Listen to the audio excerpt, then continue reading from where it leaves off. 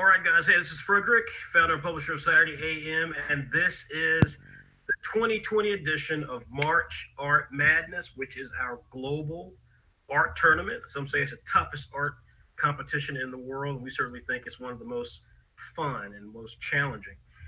This is round two of our 2020 edition, and we are super excited to present to you guys 30 pieces of extraordinary artwork from people around the world. You can see some amazing artwork featuring young adult fiction, anime, video games, and more. Helping me run through today's broadcast will be a number of all-stars who are associated with Saturday AM. Of course, you know Jackie Rindy. She does a lot of our PR and social media. Jackie, celebrate. Hey. Hey.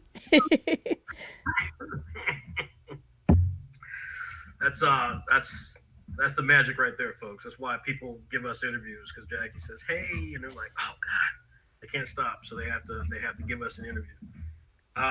We then have Morganne Walker. You remember her from last week? Morganne, of course. No, yeah, Morganne from last week. You remember Morganne is a star creator of Soul Beat, one of our top series. Morganne, how are you doing today? Doing great. Thanks for having me again. Awesome. And then last but not least, we have Mr. Jeyodin. He's our special guest this week. Last week we had White Manga. This week we have Mr. Jeyodin. He is artist extraordinaire, done work with USA Today and Oni Press currently. And of course, he has his creator-owned property with us called Hammer, and you guys can actually see it in the latest issue of Saturday AM. Mr. Jeyodin, how you doing today, Jay? Doing great, man. What's going on? Not much. We're about to get into some of this amazing artwork, but first, as usual, we're going to talk about some just important notes you guys keep track of, and we'll do so again later on when we do our halftime intermission. Again, we hope you guys are doing well around the world. Let me say a couple of quick notes for you guys. Of course, you all know the deal. We have this extraordinary thing happening right now, which is the COVID-19 virus, and today we had some grim milestones with over 600,000 cases reported around the world. We're fast on the track to see, of course, more cases. And we do hope that all of you will take proper precautions to take care of yourself, as well as the people in your family and your community. That means washing your hands regularly. That means making sure that you are, if you don't have to leave your home, don't leave your home. And if you do leave your home, make sure that you are dressed and doing things with precaution to take care that you don't get infected or pass the infection. This is a virus, unfortunately, that does not always show symptoms. So sometimes you may feel perfectly fine, but still be able to communicate the virus to 2 to 3 other people. And thus you can see how rapidly this thing spreads. It is in every corner of the world, folks. And folks, and just recently, if you've been watching some of the excellent press conferences done by the governor of New York, home, of course, in New York City, then you have heard him say something that I think is startling for everybody, but is important for everybody to hear. And that is that 54% of the cases of individuals who are in ICU, this is their intensive care unit in New York State thus far. Of course, it may have changed in the last couple of days, but at that time last week, when he first, or week before, when he first announced this, 54% of those cases in ICU were between the ages of 18 to 49. So what does that mean? Again, those stats may have changed. Maybe they went down, maybe they went up. But what it means is that, folks, you cannot take a chance that you are somehow going to be immune to this because you're younger and you're stronger and you're more athletic and you don't have any pre-existing conditions. This is a virus that doesn't care about what you look like. It doesn't care about how healthy you are. It doesn't care about whether you are of different ethnicity or different religious background, of a different nationality, whether you have money, whether you don't have money. This does not care. Do your part. Wash your hands. Maintain your cleanliness. Please practice social distancing so that you are not putting yourself or putting other people in harm's way by doing things in a public gathering that you don't have to do. Let's adhere to the opportunities to stay in while we can, and hopefully we will flatten the curve and not make this disease or this virus worse than it currently is. I say that again with love. We hope you guys. We want to be here next year. We're going to continue to see Saturday AM grow, and we want you guys to be there with us. So please make sure you're doing your part. Of course, this is some gorgeous artwork by Jeyodin, of course, who's our guest today. And you can also notice that this was done in marker. And of course, it would be important for me to state that the entire tournament for March Art Madness is being sponsored by a number of great groups. One of them is Spectrum Noir. They are a brand that makes extraordinarily durable and quality art, alcohol-based art markers. They can rival those of Copic, which of course is the gold star leader in this category. But Spectrum Noir markers, the fact that brand new Classique markers cost just $3 or less, around 250 to $3 on average. And folks, you can't beat that when it comes to excellent durable markers that can produce quality like Copics, but don't cost nearly as much as a Copic marker. So you can see the amazing work here done by Jeyodin for this piece. We've got several other examples of it throughout our website and for social media. We hope that throughout this tournament, you will certainly give a chance to check out the stuff that Spectrum Noir has. They have an entire arsenal of fantastic art supplies. We hope you'll give them a look. You can find more about them at www.spectrumnoir.com. Of course, you can also find them on any major retail site, e-commerce site devoted towards art products, such as Amazon.com or JetPens and so on. So please check them out. With that being said, we also want to give a quick shout to our other sponsor, and that would be this fantastic company called Clip Studio Paint. Clip Studio Paint, of course, makers of comic making software. If you have a desktop or laptop that you use with a tablet to create your artwork, or even if you have an iPad, you can find Clip Studio Paint. And this is a product that is used by so many creators as well within Saturday AM. And you can see some of the quality work that can be generated with Clip Studio Paint. This piece was done by one of our talented artists named Rashad Millhouse, who is the creator of a Saturday PM title called Outland. And this features, of course, our Saturday AM superstar character, Cass from Clock Striker. But you can see, again, just the amazing versatility that you have with this digital comic making product. Of course, again, you can do this on either an iPad, desktop, or laptop, various platforms, whether you use Windows or Mac. You do want to check out Clip Studio Paint. They are well known throughout the world. Of course, some of you may have remembered them by their previous name of MANGA Studio here in the United States. You can't go wrong with Clip Studio Paint. Some of our top creators, such as White Manga, use them. We hope you guys will give them a check as well. You can do so at clipstudio.net. Last note I want to make real quickly is that the latest issue of Saturday AM is out. Now, if you guys don't know who we are, please let me tell you real quickly. We are Saturday AM. We are the world's most diverse shonen manga anthology. So if you love Shonen Jump, if you love Weekly Shonen Sunday, if you love magazines of that ilk, then you definitely want to give us a try. The difference with us is that, number one, we're not from Japan, and number two, we feature creators from around the world. The cover feature of issue 117, that's right, we made it to issue 117 with this amazing brand and magazine that we've built. Issue 117 features on the cover and inside the magazine Tender Loving Punch, as well as other stories such as Hammer from Jeyodin. And Tender Loving Punch is our first series that we ever published from Saudi Arabia. So again, extraordinary, diverse characters, diverse content, diverse creators. You can find all of that on a regular monthly basis in Saturday AM magazine. And the best part, folks, is that you haven't got to subscribe. If you want to read Saturday AM, the latest issues, you can do so in our app. We have a brand new app for iPhone or Android devices. And folks, it is awesome, or iPad.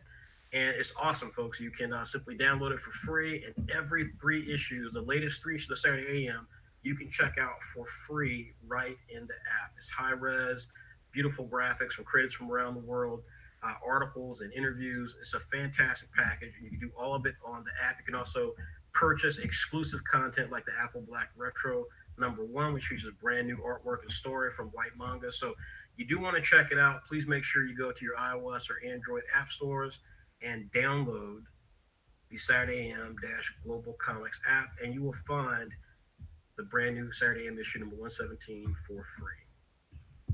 All right, with that being said, we now want to get to the main event here, and that, of course, is March Art Madness Round 2. So, as I said before, this one was really good. We got some extraordinary content in this issue, and so we're really excited that we've got our 4 stalwart judges here. We're going to go through the four different groups. So now, if you don't know about Martial Art Madness, real quickly, it's a 5 week tournament. So we start with 64 creators from around the world, out of hundreds that will apply, thousands if we have a long registration process. This year we only had a 2 week registration process.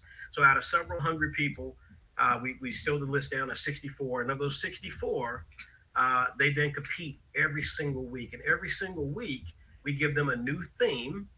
We match them up against another artist, and then they have to both create artwork based on that theme. So, for example, if we say Batman is a theme, you can draw the Batmobile, you can draw the Batarang, you could draw the Batman utility belt, you could draw Batman from the 60s, Batman from the 30s, Batman from Frank Miller's era, and so on.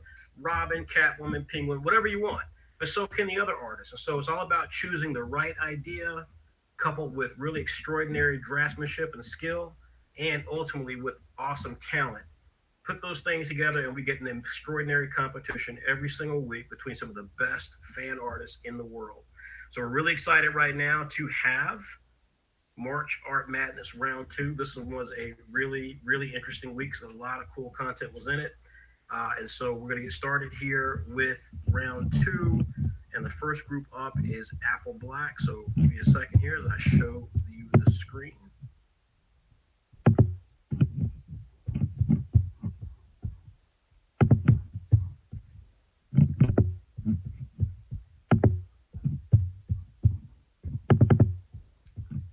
All right. I think we are good to go. Yeah. All right. So here we are. This is the screen now, folks. If you want to go follow along, you can do so. We're running it right off of the website, and we're going to be running it right through the each team, because we break up the artists into four different teams. So if you go to the website, which is at www.saturday-am.com/madness, you can see everything that we're showing you, and more importantly, you can vote, because your vote makes a huge difference in who emerges this weekend as the winner of their individual matchup. So please make sure, if you haven't voted yet, to go vote. Go to www.saturday-am.com/madness. And folks, the voting will stop tonight at 11:59 p.m. That means Eastern Standard Time. That means just in a couple of hours, voting will stop. So we're going to be running through with this presentation, tonight's episode, but there will still be time at the end. If you want to watch everything that we have to say and then make your mind up, you will still have a little bit of time after that to go and vote.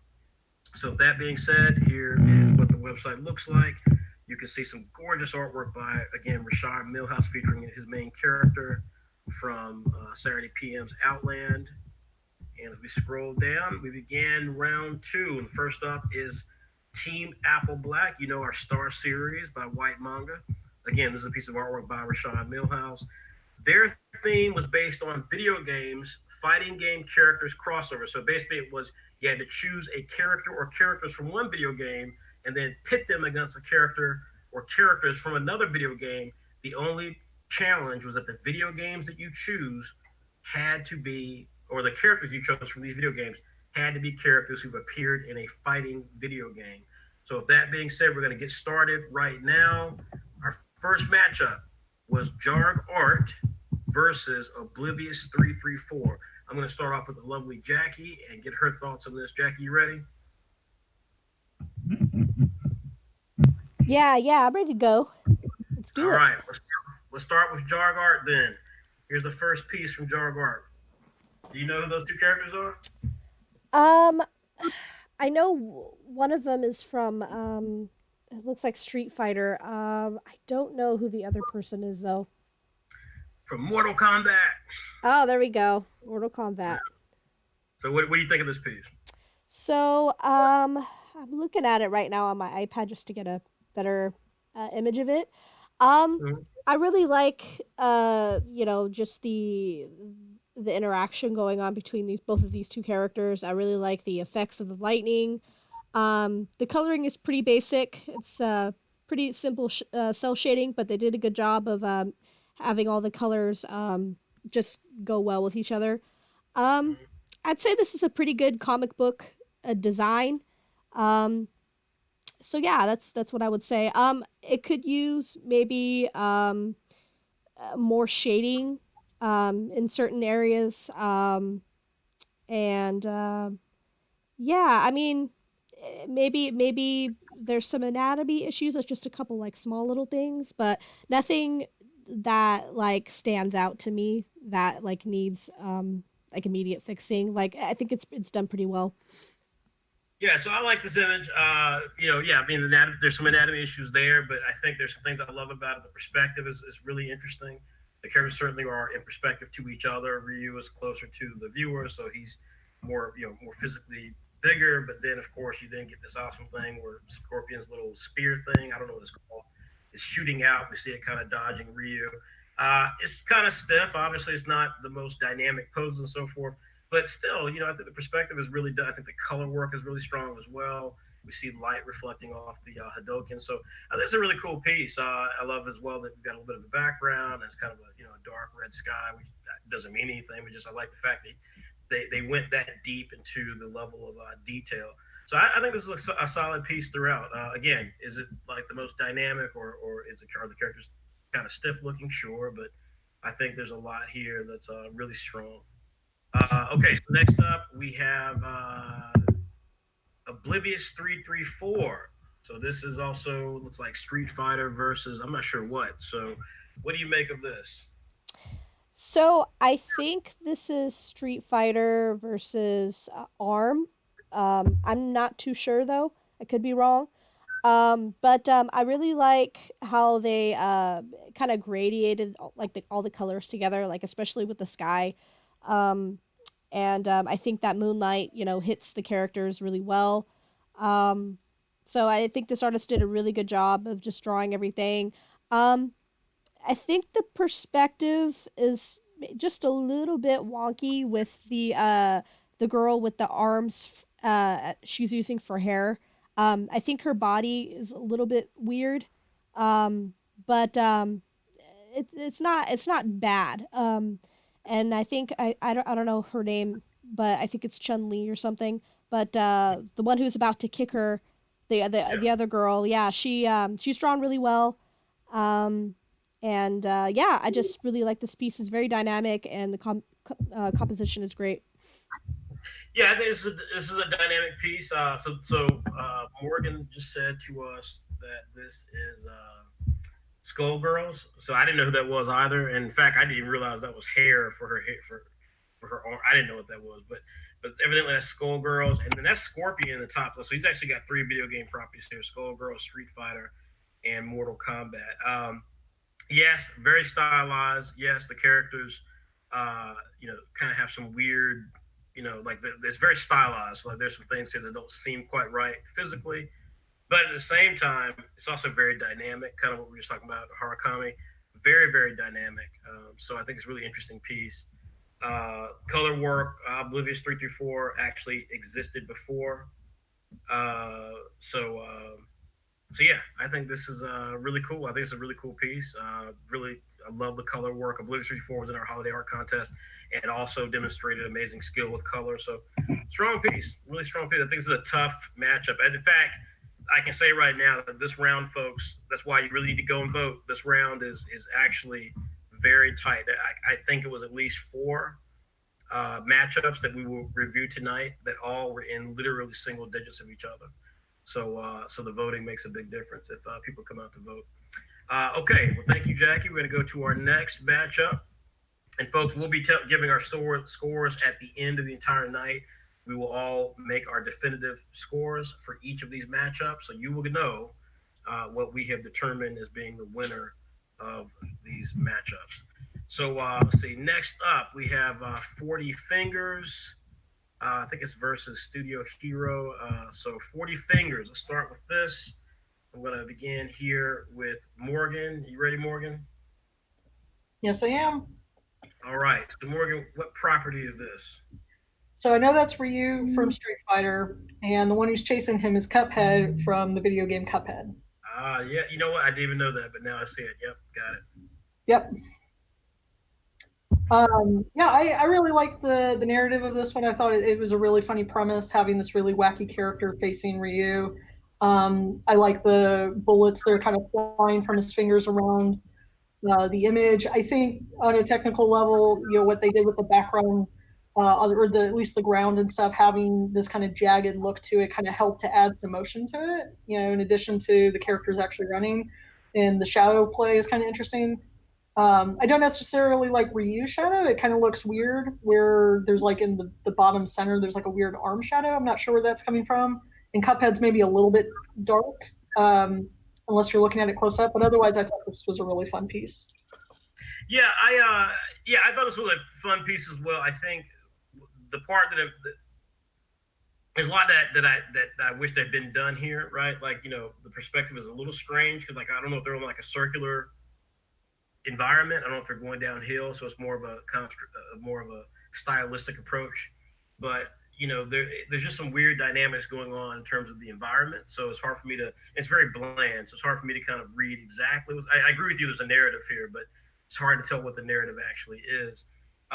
What I love is I love Ryu, and the reason I love Ryu is just because he's well detailed. I love, as I've said before, you all will hear me say this a lot. I love simple line work. I love I mean I love all art, but I love simple line work. And what I love here is that in just a few lines, he captures the wrinkles in Ryu's clothes. He captures the intensity of Ryu's face. We get the muscular aspects. I love that hand. That's a head where you kind of like all the fingers and stuff. Like that's just great detail. I just again, if this artist were to draw something, I think had they chosen to draw something more dynamic, I think this could have been a really extraordinary piece. But I do like what I see here. I mean, Ryu in particular for me sells this piece. His challenger is Studio Hero, and I don't actually know. I think what this is. I think I know what it is, but I'm not sure. So I'm going to turn to you, Morgan. What is this? Okay, so I recognize the three characters. One of them is Skullgirls, which is in the center. I don't remember her. I don't know any of the characters' names, but she's got kind of like an old 20, I don't know, kind of old school vibe to her. The character in the background is a Mii from Nintendo. They've got like the Mii characters that you can customize. I think you can use them in Smash Brothers, so technically they're from a fighting game. And then the same thing with Mr. I think it's Game and Watch is his name, and he's also in Smash Brothers. He's kind of like an unlockable character. I see. Yeah.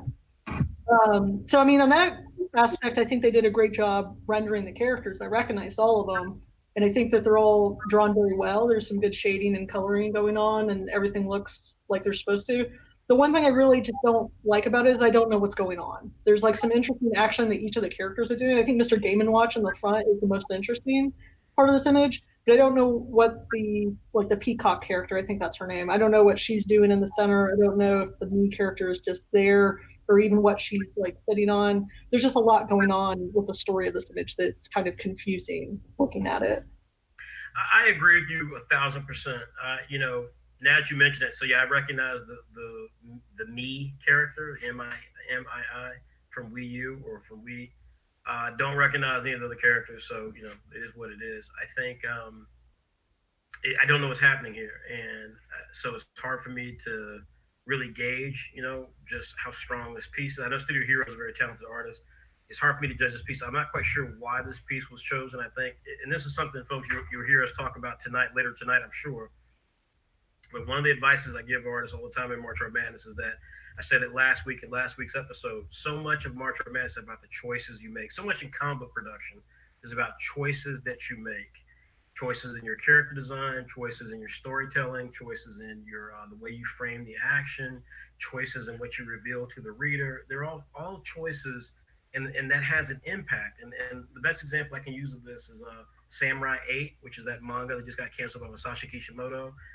Samurai 8 should have been a super success, coming from the creator of Naruto.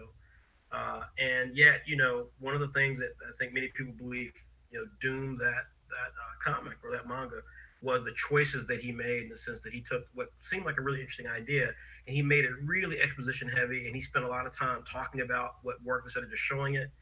And then when he showed it, he didn't really set it up in a way to show it where it made sense. And so uh, choices make a huge difference. And so bottom line in this piece, I know Studio Hero is a talented artist. I don't know if this was the right choice of character. I don't know if it was the right choice of scene. It's just really difficult to make out what's happening here, and we'll see what happens as a result of it. But this is a piece to me that these were maybe not the choices I would have made, but very talented artist nonetheless. Okay, thank you, Morgan. Next up, we've got Mr. Jeyodin. We have Artist Always versus Kitsune Ren Art. This is another tough one. So you ready, Jay? Let's do this. All right. So you know who they are. You know who these characters are. Who are these characters? Mortal Kombat Scorpio and Chun-Li. Yeah, Scorpion, but yeah. Scorpion. Oh, sorry. If you get attacked on Twitter. Well, give me your thoughts, sir. Okay, so I really like this image a lot, actually. The line art is, it's kind of sketchy, but like I like it a lot. The background looks amazing. I mean, it's kind of warped, but the foreground blades of grass, like, really sell this piece and, make the background grass look like it's really far away. Like I like that aspect. I like the fire. I like the action. A lot about this piece is really, really cool to me. I would say that some of Scorpion, his anatomy kind of looks off, but I mean, not to the point where it bothered me too much. But overall, I like this piece a lot. I agree. I mean, I really don't have much to say on this piece. First of all, I agree. So two things. I agree with what you said about the sketchiness of it. I think initially, when I first saw the image, I think initially I wasn't as struck by it because, again, I like clean line work. That's just the reality. I like clean line work, and this one isn't as clean. It's kind of sketchy. It doesn't feel more traditional. It feels kind of like a Chinese manga. But there's no question. I think, like you said, all the individual choices, the background, the blades of grass, the chain going through the blades of grass for a spear, the color of the flame, the way the flame kind of has this willowy sort of feel to it. All of it, his pose. I actually like his pose a lot. I actually like his pose better than her pose, but nonetheless, there's a lot here. There's a lot here that I like. And I think that's why this has been one of the tougher matchups in the entire tournament that we'll see tonight, because both these artists really, really are strong artists. And so this is a really, really good piece, I think. Yeah, totally agree. Her opponent, I believe it's a her. I hope I'm saying that correctly. I think it's a her. And her opponent is also a young woman, I believe, Kitsune Ren Art. And I believe this is Final Fantasy, but please correct me. Yeah, I think it's Final Fantasy. I think it's one Final Fantasy versus another Final Fantasy. I'm not necessarily sure.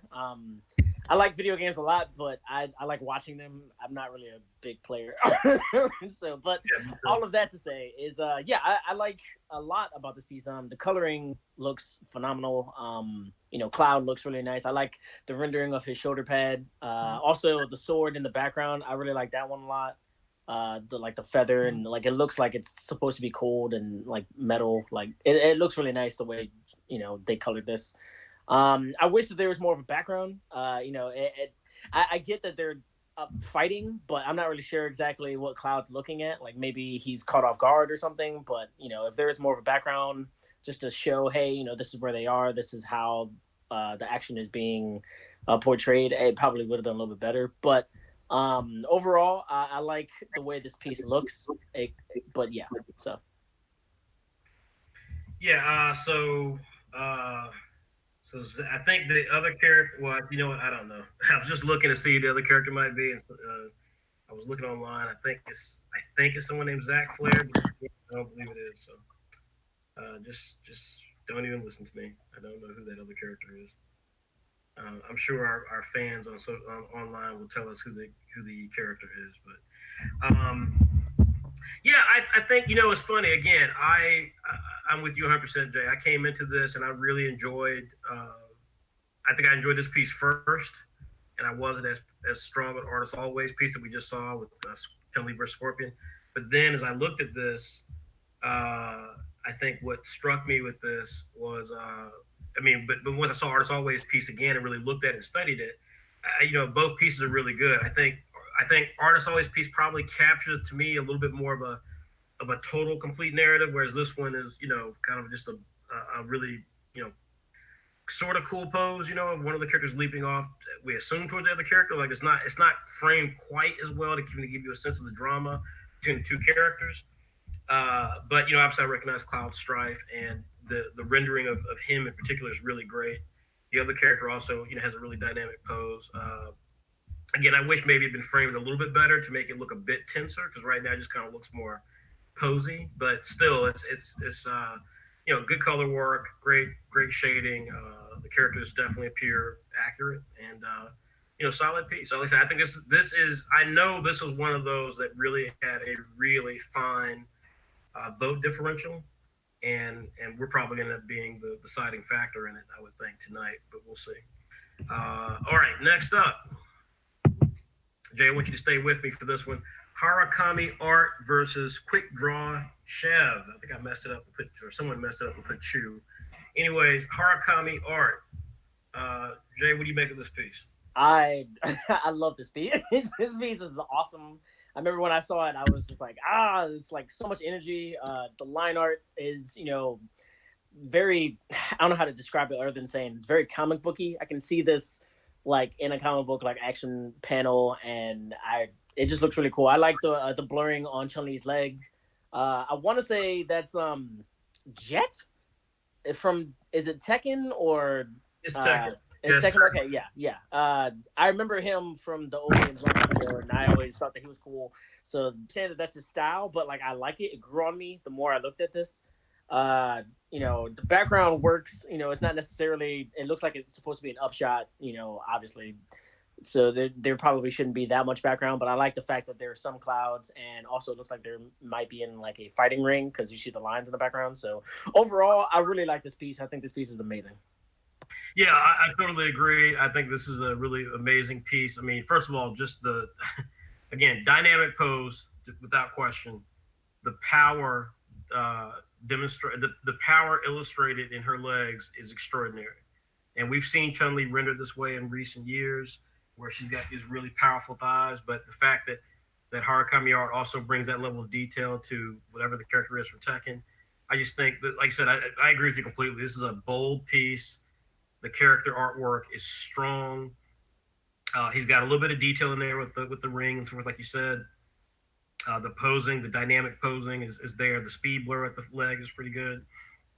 Definitely could nitpick a few things. I mean, there's a question about there's a question about the proximity of the characters, and because it is a very bold image, it's very dynamic. So there's a question of some of the proximity and whether or not those actually make sense. But nonetheless, really, really strong piece. Really, really strong piece. I like this a lot. Quick Draw Chev is this artist. His name is unfortunately not listed correctly.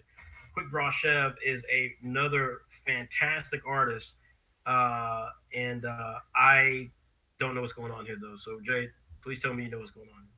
See, I feel the exact same way. I like. Okay, so this piece is drawn very well, and the longer I look at it, the more details pop out. But the angle that's like it's right above, so like the staircase, for example, like you don't necessarily see that right off the bat. It's really difficult to see, just like understand, like like once you look at it. So maybe that was his intention, so that you could look at it even more. But overall, I don't know who the characters are. I guess you could say that this is a video game because it's in the video game section. But honestly, I don't really know exactly who's fighting. I wish that it was in color. Maybe that would have separated them. The color schemes probably would have made me think of a different video game. But overall, I think it's drawn very well for a comic book panel. But because this is a contest, everything's in color. I know that his last artwork, which was awesome, didn't have that much color in it either. But I wish that this had more color because it really would have made it a lot easier to see. But overall, I like it, but it's difficult to understand. I couldn't agree with you more. The last week, this artist, I was already a fan of this artist. Last week made me more of a fan of this artist. This piece, again, choices. I don't know. Like last week, he operated in black and white. Now, this artist, if you look at this artist's artwork, which again is Quick Draw Chev, Chev. If you look at this artist's work, there's a lot of great stuff there. He is clearly accomplished, clearly talented. So I highly recommend you go check out his Instagram. But that said, yeah, choices. I'll say it again. I'm going to say it probably all night tonight. Choices. Like, I just don't understand what this choice was. I get what maybe they thought they were doing. again, when you're going up against someone else who can just kind of stick the landing with something really basic but dynamic, then when you try to be overly cautious or overly clever, I don't know. Like I said, I mean, there's great detail in this, extraordinary detail. It's a really well rendered image.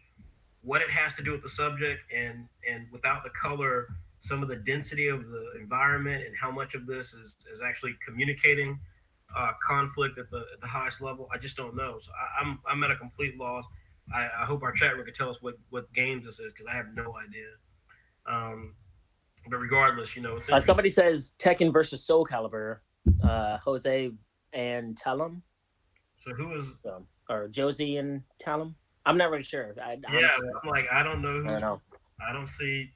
I've never seen either character in Tekken or Soul Calibur, so maybe that's right, but I certainly don't recognize it. So I don't know. I don't know, but again, this artist is amazing. So I do very much like a lot that's in here. I just wish I understood it better, and we'll see if that ends up affecting it as we get into the voting stage. Okay, all right. So we have concluded Team Apple Black. It was just 4 entries. So again, Team Apple Black. There are 8 artists in here, 4 matchups. The theme was video games, fighting game characters crossover. We saw some amazing artwork, a lot of Scorpion from Mortal Kombat and Chun-Li from Street Fighter. So congrats, and also Ryu from Street Fighter. So congrats on those characters. They clearly are very popular. Remember, folks, you can click to vote. You can do that right now, and that way you can get your vote in before. Folks, all these votes you're going to be doing tonight, if you're going to be voting, they're all separate. So if you want to vote right now for what you just saw, please feel free to do it. Hit the link. It'll open up a second window separately from from the stream that you're viewing, and you can vote. But it will be separate from the other votes. You don't have to worry about I don't want to vote just yet because I want to see the other ones. You can vote for what we just saw and then vote for the other group here in a minute. We have great store products, so make sure you also click the banner and be taken to our store. Team Bully Eater. Of course, is a famous comic created by Raymond Brown for Saturday AM. It's a pugilistic character who is kind of like Street Fighter. He fights guys far more powerful than him. He's going to have a big role in a thing that we're doing later this year, so you'll want to pay attention to Bully Eater, trust me. But the round 2 theme for this team was anime. So you're going to time skip your fave anime, turn teenagers into adults, adults into elderly. So basically, if you've got a teenage Deku, you want to age him up, turn him into an adult. If you have an adult Goku, you want to turn him into a grandfather. So we're gonna see how this plays out in a couple of really cool matchups. The first one is Gideon Akor versus FS Art. So I'm gonna go to you, Morgan. You ready? Yep. All right. Gideon Akor, what do you make of this? So I thought it was an interesting interpretation of showing the older characters. I know this is definitely Bleach. There's Rukia, Ichigo, and I think it's Renji is his name. I particularly like Rukia the best. I don't know why. I think it's her expression and the way that she was aged. She just looks really sweet. The other 2 characters, I'm not sure if it's just the way that their eyes were drawn that they look kind of weird, but I don't think that should really detract too much from the image. There's some weird things going on with the proportion, like their hands are not really fleshed out, particularly Ichigo's right hand and then Rukia's hand, so that's a little strange. In the background, I do like a lot of the detail on that. Overall, it's not a bad picture. Yeah, so I like this piece. I like this piece a lot. I want to talk about the faces because I noticed that too. And I got to say this, everyone who follows Saturday knows already how I feel about this. I was so impressed with the faces because, as I've said many, many times, the reason Saturday exists, folks, is because I'm a 46-year-old African-American. I have friends of all different ethnicities and backgrounds. And I've been to Asia many times. And I know that anime is just completely ridiculous. It does not look like anything you will see in Japan, period. And it particularly bothers me that as these properties become popular and go around the world, people begin to have this very kind of strange relationship to Japan. They don't understand that that's not what Japan looks like. People don't look like those characters. And more importantly, also anime has a really really bad habit of just completely just dismissing the existence of people who look like me as an African American, or people who have different body shapes. You rarely see overweight people or people with different body styles in anime and manga. And folks, also don't fall for the BS about, oh well, there's not a lot of black people in Japan. That's BS. There's not a lot of white people in Japan, and they make it into a lot of anime and manga. There's a whole lot of overweight people, but you don't see that as well. So don't trust the narrative from people who don't know. I've been there. I know. But what I love about this piece is that they actually look Asian, and I was so impressed. I was like, "Oh, well, thank you, thank you." It's not hard. It's not hard. They actually look Asian, particularly Rukia.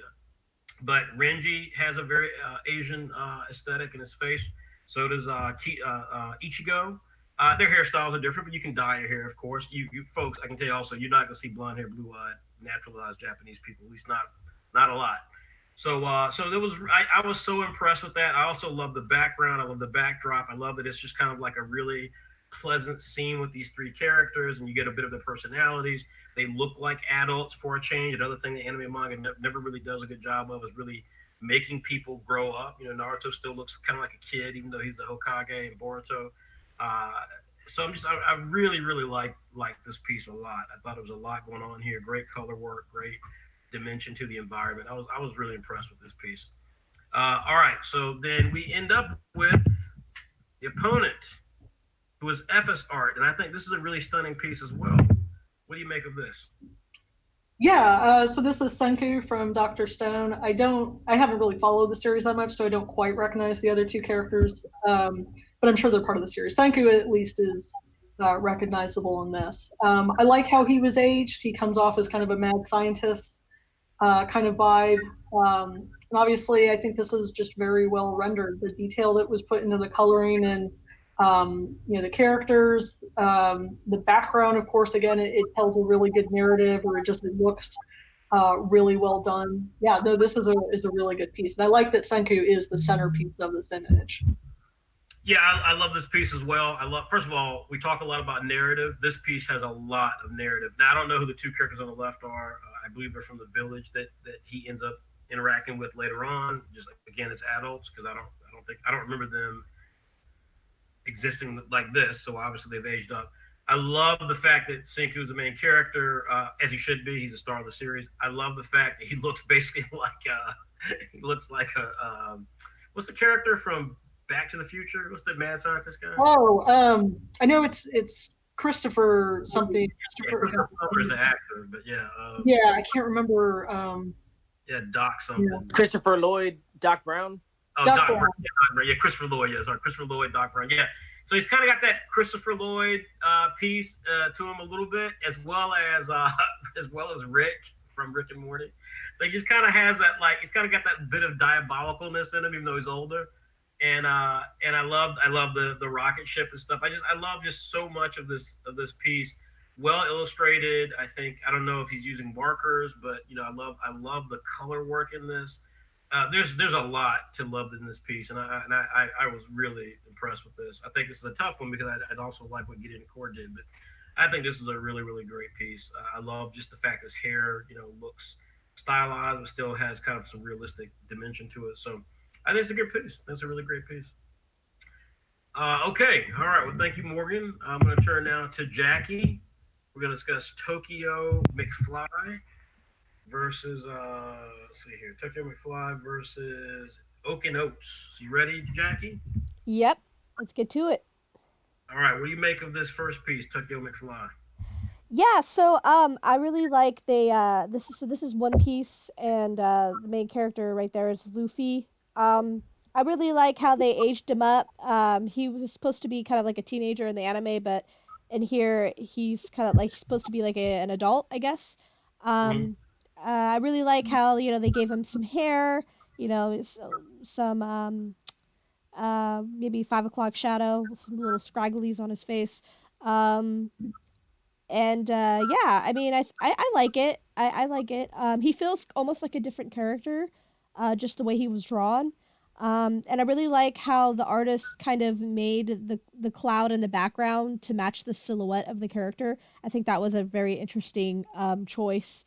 Um, the only thing I'd have to say really is, as far as like the feet kind of distract me a little bit because I don't see any toes. Um, the artist didn't draw the toes, but that's okay. Um, I think the coloring is very simple. I think the coloring could have maybe been a little bit more dynamic, and then maybe a couple more things going on in the background that would have been a little more interesting. But I think this is a cool rendition of Luffy as an older character. That's for sure. Sorry about that. Mute my mic. My dog is, I don't know what she's doing. She's going off in the background. Yeah. So, so, folks, that's how ghetto our production here is. That my dog is here with me because of the coronavirus. She's kind of around, and she's making a mess. So you will hear her as she's tearing up her little doggy bed, and I don't know why. I don't know why she does this stuff. So I disagree with everything you said. Actually, like except for the feet, I agree with you about the feet. I didn't think this piece reflected an older Luffy. I didn't see anything in here that made him look older. He looks kind of exactly the same. There's very little like facial hair to me that I really saw that made him seem older. Again, I think these are choices that one makes. I wish there were. I wish they had gone with a choice that was more direct, like straight on, so we could actually see the character. We could actually see the maybe the age on their face. FSR, I thought did a really good job with Dr. Stone of having him facing the camera, even though he's in a dynamic pose. He's looking directly at the viewer, so we get to see the age on his face. We get to see the wrinkle lines and everything. This Luffy just looks like Luffy. I mean, it could be 5 years from now versus where the character is. They're already going through a time skip, so the character already is older. And so my expectation, I guess, was to him to be much older. And this just seems like he's maybe 2 years old, a different hairstyle, longer hair. I don't know. I just didn't get enough here that suggested that this character would be different, fundamentally different as an adult, or unique enough in being an adult. So, I could agree with that. yeah, totally agree on the feet, though. Totally agree on the feet. I had noticed that well. And again, if you look at Oda's artwork, which is very cartoony, then that's one of the things that would have really stood out was the feet. So yeah, I mean, it's an interesting piece. It's not a bad piece of instructive imagination. I actually like the color work. I agree with you on the clouds, but yeah, I guess I was expecting more, and I didn't see that here. So with that being said, let's see our next the opponent here is Oak and they went with a super popular property right now, My Hero Academia. So, Jackie, what do you make of this piece? So I like it. They aged up everyone. You know, Deku's now full fledged. Superhero. And all of the characters are kind of older too. So I really like it. I know it's difficult to draw multiple characters in one scene. I know personally I don't like drawing multiple characters. So, hats off to the artists who decided to draw. Let's see, 10 characters looks like in this one. Or is it 10? Let's see. I'm missing some in the background. Oh, nine Yes, sir. characters. Nine, sorry. But yeah, I really like it. Background is good. It's kind of like a little screenshot of them, like a picture, like someone just took a picture of them. There isn't really a story going on, but I like all of the characters and seeing kind of how they aged up. Coloring is really good. I think anatomy, there's like a couple little anatomy issues, like Ochako's arm doesn't look quite right. And I don't know what's going on with Bakugo's face, but you could tell it's Bakugo. Yeah. Yeah, so that's kind of my thoughts on it. I think it's a good piece. Yeah. It's interesting. I mean, so again, like I said, we're gonna talk about. You're gonna hear me say this a lot. I think this is a piece that's gonna do well with fan voting because of the choice. They made a choice of a property that's super hot right now, particularly in the West, and they're gonna benefit from that. I question if this piece is as strong as the piece we just saw from Tokyo McFly, even though Tokyo McFly had a lot of problems. I question it. I think, first of all, having a lot of characters, it doesn't mean a difference if you don't render them well. There's a couple of rendering things here, like the Ochako part stand out to me a lot. Like I don't know what's going on with her arm. It's right. It's again, this isn't like a character that's like in the background. She's directly in front of us, so she is line of sight, and so you can't help but notice it. It stands out like a sore thumb. I also don't understand why she's wearing I don't understand why she's dressed like that. Is she I not a think superhero anymore? well, in the anime, she wants to like help her family. Um, I guess her family's has like a construction job or something, and so she wants to be a hero and someone who can help bring in money for her parents. So I think that's why the artist decided to have her in kind of these construction clothings just to commemorate that relationship she has with her parents and their job.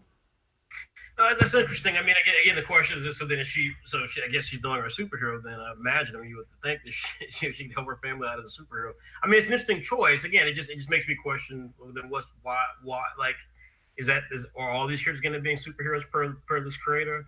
Uh, I do like the part that I like the most. I like the Yo-Yo Razo character, whatever her name is. I like her being turned around the way she is. I think that's kind of a cool pose. It fits the image and it's rendered pretty well. And I like Deku. I don't necessarily think that Deku's rendered perfectly, but I like the fact that he did again, just like in the case of Ochako, he made a choice here. And this choice is that Deku's going full superhero. He's got a cape. He is like the man. He's the new All Might. And that was actually pretty cool to me. I agree with you about Bakugo's face. It's kind of disorienting because it's kind of strange. Bakugo makes weird facial expressions. We all know that. But again, how much of that is the character doing, and how much of that is the artist and ability to render it in a really unique way. I don't know, but it's an interesting piece. Definitely great. The color work is not bad at all. But like I said, I think this is going to be a tough one because I think Tokyo McFly, for the most part, rendered. He had one subject, so he didn't have nearly the struggle that this artist had. He just rendered one thing, but it's rendered, decently. Some issues in terms of what they did with it and the choices they made and the feet and so on and so forth. The color work is good. Here, color work is also very good. There's a lot more going on with it, but it also has some really glaring things as well that will make it, I think, a challenge. I think both these will be challenged to see who can get the most fan votes. So interesting. Okay, all right. Jack, stay with me. We're going to go to another My Hero Academia one. This is Exelon Art. So you ready? Yeah. All right. So this is Exelon Art, and they are matched up against Mystic Knight. So with this one, Jackie, what do you make of this image? Yeah, so it's another My Hero Academia piece. With this one, they drew the characters pretty much on point. Everything looks right for the most part. And you, I'm sorry, you could obviously tell, you could see their art style in it, which is different from the Hirokoshi's style, but it makes this piece really cool. Um, I like how they aged up everyone. Everyone looks like they could be like young adults. They still look like they're teenagers though. So I mean, they don't necessarily look like they're in their 20s or their 30s. Also, what's his name? Endeavor. Endeavor doesn't look any older. He still looks like the same age. Mm. But I really like the coloring. I think the biggest thing with this piece is the composition choice. Like the artist decided to put all of the characters in this really like this really good setup. So like your eye kind of flows all over the page. The coloring is really strong with this one too. So I think those are like the main highlights to this artist's capabilities. Things that could be improved. There's not. I don't think there's like a whole lot. I mean, the style is already looks pretty well developed as it is. Maybe just like a couple little things like what's his name? Todoroki's eyes look a little bit misplaced. They kind of look. They look like they're drawn over to the side. Maybe the artist could have adjusted them a little bit, but it's like very small things. I think they did a really good job with this one. Yeah. So I don't think. So I think again, it's going to come into an interesting. This is going to be an interesting matchup because I think the other artist we're going to see here in a minute is really talented, and I think that we'll see in a minute when we see the artwork. But I think again, I've seen this year after year. People who choose popular subjects are going to get a little extra bump because it's popular subjects, and My Hero Academia undoubtedly right now is the king. Like I said, I think it's going to benefit a lot from My Hero Academia from the fan vote. That said, there are a couple of aging here that I think works really well. I think Todoroki looks pretty decent. I agree. Endeavor does not look changed at all. Deku looks older, but doesn't really look like an adult, which was the thing you're supposed to do with the artwork. So none of these characters really look like adults. So again, there wasn't really a leap here artistically. Composition is fantastic, though. I totally agree. This looks like this could be a promo image for an upcoming season of My Hero Academia. It's clever, some great color work on it. So again, a lot of stuff I like here. Don't think it does everything quite the way it should have, but I think it's going to benefit from it regardless on the fan vote at least, because My Hero Academia is popular, and that's again this comes back down to choices that people make. If you choose anything in the subject, people who chose My Academia are going to probably get a bit of a lift. Okay, so next up, Mystic Knight 13 is the opponent. What do you make of this piece? So at first I didn't realize what it was, but I think this is supposed to be Castlevania. What do I you think? believe so. Yeah. That's what I think it is. Yeah. I've never watched Castlevania. I probably should, but so I think this is, this is a very well painted piece. I really like everything with the characters and how they colored it. Um, Especially the main character in the front, like his face is well lit, and just the way his skin is just shaded with the light. I think that's fantastic. I think the weapons kind of being in the foreground there, and the chains. I think that's kind of like an interesting um, visual right there. And then I like kind of the characters in the background, the statue and the skull. The character that's standing, I don't know his name, but his arm looks wonky. Like I'm not too sure what's going on with his arm there in the background, but I think he could have maybe used some more shading, like with his cape uh, or his trench coat that he has on. um, I like the background. I can see kind of it's supposed to be like a silhouette of the castle, I guess. Dracula's castle, I'm not too sure.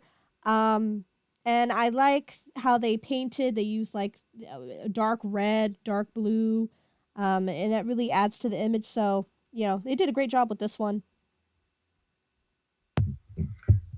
Yeah, I think this is a solid piece. I think that again, there's a lot going on here, a lot of dynamic poses and so forth. The lighting here is meant to be more ominous, so it's very low light, a lot of browns and kind of darker tint to the colors chosen. Um, Again, I assume this is Castlevania. I don't know, so I think that's part's kind of interesting. I made the thought that it was as well, and then if that's the case, and this is one of the Belmont characters, and you can kind of make out some gray hair because that character is already an adult. So you can kind of make out some gray hair, but not sure if you can entirely. So again, I can't say exactly what this is, and it's kind of the question mark for me is what exactly is it. But if it is Castlevania, you would have thought it would have gone over a Dracula image and so forth. But it's interesting. It's interesting. It's an interesting piece, really dynamic, great design work, great draftsmanship. Perspective is fantastic. Color work again, a bit moody. They were going for it. They nailed it, but it does make things a tad more difficult to make out, but not at all impenetrable and not at all sloppy. So this is an interesting piece. I think this is going to come down to fan vote because I think that's going to be really close. It's going to come down to a little bit of the judges, but I think it's probably still going to come down to the fan vote because I think that My Hero Academia piece is going to do well because of what it is. So something to keep in mind. All right, next up we've got Jeyodin. You ready? We go back to you. I am. Let's do it. All right. So then next up here we have the matchup is Nebushiro versus T4KII. Nebushiro does Hunter x Hunter. I believe this is Killua grown up. What do you make of this piece, sir? I love this piece. I think it is amazing. The lightning effects look really, really cool. Even the hand pose. His pinky looks kind of weird, but other than that, everything about that hand looks really cool. I like that his nails are really long. I like that he looks like Killua would be older. Like his hair is a little bit more put together. Obviously, he's taller. Shoulders are wider. Even the hunter logo, the XX right there. I like that a lot. The background it works for this piece because it's just, I don't know, it looks more like just, hey, this is a cool character, look at this, let me give you some stats, as opposed to him being in that environment. But it works for this piece. I like it a lot. I don't necessarily think that he needed to put that logo right there, the hunter logo, but it doesn't necessarily bother me. But overall, I really like this piece. I think it looks really nice. Yeah, I mean, I think this is a really striking piece. I totally agree. I mean, electricity really just makes this piece come alive. The pose, the fact that this is Killua grown up, and Killua looks like, I think he's called the Zoldyck, is his family name, and he looks like a Zoldyck would look, because they're insanely wealthy. So he's kind of got that professional look to him. He's got the pen, he's got the look that he has as a kid, but obviously now as an adult. So his hair looks different, but it looks the way you would think it looks based on that relationship. So I like this piece a lot. I agree on the hand scenario, but one thing he does, it kind of really is cool. He puts a little bit of a blur effect in there as well. So it gets a little weird to kind of make out exactly what's going on in that region. I think not having a background again works because of the just the dynamic aspect of the electricity and such. So I think it's really cool. Again, this was, to me, it was an impressive piece. Now their opponent does a really popular series. Hunter x Hunter is popular, but it's popular amongst hardcore fans. The next artist, his opponent chose, Nibishiro's opponent chose a property that is super popular, which is Naruto, and therein lies a bit of a challenge, because this is Naruto rendered, I think, decently, but I don't see the aged quality of this. Now I'm sure someone's going to say, no, let's hear some bags in their eyes. I don't see that. This looks like Naruto the kid, but what do you make of it, Jay? Yeah, I agree with you. I mean, two things. One, I mean, Naruto in Boruto is already kind of older. So are you aging him from that point, or are you aging him from when he was 16 at the end of Naruto before he became Hokage? Because we already know what that age looked like. So if it's the Hokage and he's older, and now he's supposed to be maybe the same age as Saritobi, which is an inside joke. If he's supposed to be that age, then I would say that he needs to be a lot older, because, I mean, he doesn't necessarily look that much older. I will say that I like the colors. I don't necessarily like his eyes look like they're kind of going in two different directions, so that's kind of putting me off. The shading looks really nice. The background looks pretty cool. I like that it's kind of like, hey, I'm in a war zone, but I'm Naruto, so I'm gonna, smile in the face of fear. I think that's kind of cool. I do say the one thing that bothers me about this piece is that his hand symbol, his arm. I mean, no one, even if you are Naruto, can bend your hand like that. Like it would break his hand. So like that kind of bothers me a lot. But other than that, I mean, it's what it is. So yeah. Yeah, I mean, so I had made the point to the group. We have a way that we talk to all the folks who are engaged in the tournament, and I had actually discussed with them, because they obviously ask once we do the themes each week. Well, hey, what does this mean, or can I do this, or can I do that? And I had made the point that Naruto should be Naruto from Boruto, so it should be an elderly Naruto, not an older Naruto, because that already exists in Boruto. So I agree with you. To me, that's such a I just that to me is unfortunate. This artist made that choice, because again, Naruto already exists as an adult. He's in Boruto, and so to then say, well, I'm going to depict my version of Naruto from the kid version in the way he looked like as an adult, it's like, why? Like we already know what he looks like as an adult, so then you need to do him as an elderly person. I also use the example of Goku. We know what Goku looks like. And Goku's a grandfather now. But we know what he looks like, because again, the Japanese, in my opinion, don't do that very well, is age people appropriately. So then it's like, well, then show me what an older Goku looks like. Marvel's done this with DC's done this, but Marvel's done this with a series of books called Old Man Logan and Old Man Hawkeye, and so on and so forth. So you get to see these characters as actual old men, still badass, but as old men. I would have loved to have seen artists, because again, this is not a shock to anybody, but most of the artists who participate in the tournaments or are fans of Saturday M are actually, in fact, not Japanese. So therefore, trying to do stuff the way the Japanese do it is not going to benefit you. If you're not Japanese, it doesn't make a difference. Why, it doesn't help you trying to emulate what they would do. Come up with your own vision. That's what this tournament's all about. And so, yeah, so this was unfortunate to me, because there's a lot that I like in this piece. I do like some of the coloring effect. It looks kind of like watercolor almost. I do kind of like that. I love the sheen on the headband. but the Naruto, just again, like a little bit of peach fuzz does not make that character older, and it just looks like the kid version. I don't know what the costume is meant to represent when we know what he looks like. I would have loved to have seen a Jiraiya version Naruto. I would have loved to have seen that, but unfortunately, no one did that, and this artist certainly did not do that. So I'm impressed with some technical things here. There are obviously some things I can nitpick in terms of the art quality of it and stuff. You know, his arm, the pose, kind of a little strange the way the arm is built. But regardless of that, I'm more frustrated that this artist had a chance to do something really cool because clearly artist has talent and they didn't. And so I just think that's going to be something to keep an eye out when we get down to the vote. I fear that's not going to work in their favor because the Hunter x Hunter piece is so clearly doing what was asked and doing it well. So, okay, so that concludes Team Bully Eater. So we're halfway done, folks. We're halfway done. So what does that mean? It means that we're going to take a quick break. Now you can go and vote. Click here to vote, and you can vote for Team Bully Eater right now. Choose your favorite artist. You can also scroll back up and choose a favorite artist from the matchups that existed in Team Apple Black. We're going to take a quick break. We'll come right back, do a quick service announcement, and then we'll finish up the second half of this.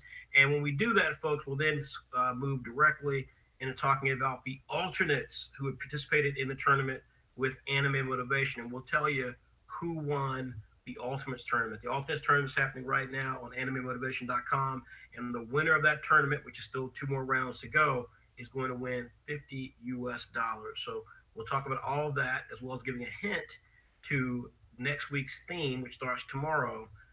We'll give you all that information tonight at the end of today's broadcast. In the meantime, folks, I want you to please check out Classique Markers by Spectrum Noir. And with that, I'm going to take a 5-minute break. Team, take a 5-minute break, and we will get started right back up here in 5 minutes.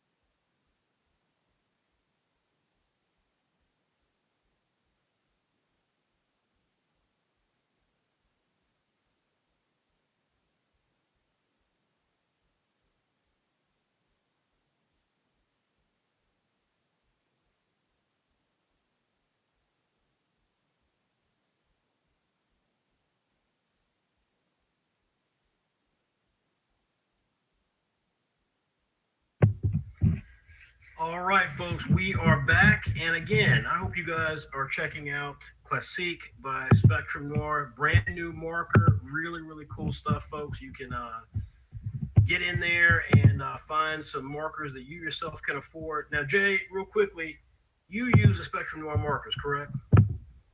I do. They're amazing. And what do you like about them? Just give me some very, very quick distinctions between Spectrum Noir marker and Copic markers, because you've used them all, right? Yeah, I have them and also Prisma and Chameleon and all that jazz. The best thing about it is that they're substantially cheaper. I can get a lot more for my my buck, but they work exactly like Copic markers. That's why I like them a lot. They blend in very well. They're nice to the touch. I like them a lot. They're really cool. Yeah, I agree. So, folks, again, if you love Copic markers, and you should, they're fantastic markers. Copic markers can cost anywhere between $6 to $9, depending on the retailer you go to. Obviously, not everyone's going to pay the most for them, but still, they're going to cost, in that range. You can get the Spectrum Noir markers for between $2.50 and $3 a marker, depending on where you shop at. Of course, the best place to get it would be Amazon.com. So please check out Spectrum Noir markers. We absolutely can assure you that you will find a level of quality and precision level coloring that you will only see in some of the best markers like Copic. You can get them with Classique, new line of markers called Classique from Spectrum Noir. Check them out at www.spectrumnoir.com, or, of course, you can pull it up at amazon.com. Please do so, and you'll be supporting a great company. You'll be supporting a friend of Saturday AM. With that being said, let's continue March Art Madness 2020. Of course, this is our 5th annual March Art Madness event. We have creators from around the world who's participating. The very last couple of teams that we just explored for round 2, which is happening tonight, we had creators who were from France, we had creators from the U.S., from the Philippines, and all over. So tonight, we're going to continue that streak with some brand new creators you're going to see with some brand new pieces of artwork. And we start off with Team Clock Striker. Of course, Clock Striker, the series I created. This is a fantastic series, if I do say so myself. One of our most popular series here at Saturday, and it features Shonen manga's first Black female lead character. It's a great piece of artwork. It's illustrated by Rashad Milhouse, creator of Saturday PM's title Outland. This theme for this group was mythology, and this is where you have to design a modern look. So you have to kind of take some modern ideas to any character or creature that is mythological. So these can, of course, be mythology from the kind of standard tropes of Greek or Roman mythology, but you can also use them from other countries, such as India or Japan, or even American mythology and others. So this is really open. This is a tough category because it is so unique, and we're going to see some great artwork now. So first up, I'm going to go to Morganne Walker. You ready, Morganne? Yep. All right. So, Morganne, our first matchup in Team Clock Striker is between Mano-a-Mano versus Amocat. And this one, to me, was a tough one. This is a tough one because I just think there's a lot of stuff going on both of these images. I think both of these images are very talented. First one here at Mano-a-Mano. I know who this is supposed to be. What do you make of this piece? Yeah, so it's Hermes. I don't know if that's the Greek or Roman interpretation, or they're pretty interchangeable, I guess. Right. It's the messenger god, Hermes. So yeah, I really liked this narrative of him running in a race, kind of illustrating the aspect of what that god represents, and obviously it's very well done. You've got these characters within an interesting perspective. The background is really good, and again, it just sells what's going on in that image. There's a couple of weird things like the shadows on the ground. It doesn't really help to make the characters seem like they're actually running on that track. And their feet are kind of small, and the hands and the feet in general are kind of weirdly proportioned. And in some cases, that would be an interesting stylized choice, but I don't think that was the case here. So that's maybe something that could be improved upon. But no, I thought that this was overall very fun. And again, it looked like something that would actually exist in like an anime. Yeah, I think this is a really interesting piece. I agree with you completely. This is an interesting piece. The velocity does not quite capture, and I think you hit the nail on the head for me. Like when I saw the piece, it just seemed kind of stiff, which was weird because obviously these characters are running. but I think the velocity they're trying to go for doesn't come through, I think, as well as I would have liked. I don't. There are several things that could have been done here, but the posing, I think, for the most part, works. Some of the motion blur works. You're kind of getting it. A couple of things. One, Hermes is meant to be messenger of the gods, so that's why he's decked out in that outfit, which I thought was kind of cute. I would have, again, me being the proprietor of diversity, I would have loved to have seen a more accurate Hermes. This is kind of the Western way of viewing Hermes, I mean, is a Greek character, so he certainly would not look like this, most likely. So it would have been interesting to see a darker, more probably ethnically accurate Hermes. But regardless, uh, I did like the piece for the most part. There's a lot of detail in here. We've got the track, we've got the stadium. We don't see any people in the stadium, but we got those things. We've got the track itself. This looks like a clay track. So there's some interesting things here. I'm impressed with some of the decisions made. But again, I think the thing that just caught me was that what's supposed to feel like velocity doesn't, and I don't quite there. Part of it is just kind of the artwork seems kind of stiff, and part of it is just kind of the choices they made in terms of how they depicted the character and characters running. But in terms of everything being there that should be there, it is. So I think this is a really smart piece, but I just don't feel the dynamism from it that I feel like I should. So we'll see what others think about that. Uh, the opponent is Ammo Cat, who did a really strong piece last week. Uh, I believe this is a Hindu mythological creature or character. What do you make of this? Yeah, I would agree, and I feel bad I don't know as much about that mythology system. I was assuming this was maybe Shiva, but again, I don't know. I'm like looking it up, and I don't see Shiva with more than two arms, so I don't know if that's accurate or not. And I don't know the character in the background either, but it definitely is very clearly Indian mythology. You can see some stuff in the way she's dressed, and obviously the multi-armed characters that's very popular in that mythological system. I really like the way that this character in blue is rendered, and I mean even the character in the background. There's some really great detail in the lighting on them, and the way that there's like water dripping off of their bodies, and some of the shading techniques that AmoCat did. Um, and I like the way that they're interacting with each other. I like the scene, a beach scene, or very tropical scene. It kind of reminds me of Eastern Asia a little bit. I'd say maybe some of the details could have been rendered a little bit better. They come off a little bit muddy and dark, particularly in the front where we've got this main character. But otherwise, I thought that it was really well done. I totally agree. I think so. This is an interesting matchup because I think the first artist we just talked about, Mano-a-Mano, took a very, very practical, smart choice for depicting a Greek god. This one, using Hindu mythology, is interesting how it's being depicted. So let's just say culturally, there's some things that I'm missing here clearly that I don't quite know what's going on with it. I think the piece itself is lovely. I love the color work. I love the character design. And then when you then spruce it up with the fact that they're at a beach, I assume there's probably some stuff where I can get like with the first piece where I don't know if you noticed that the fact that Hermes was dressed as a messenger. That's what Hermes is. He's the messenger of the gods. So that was, I thought, like, if you culturally get that, you understood it.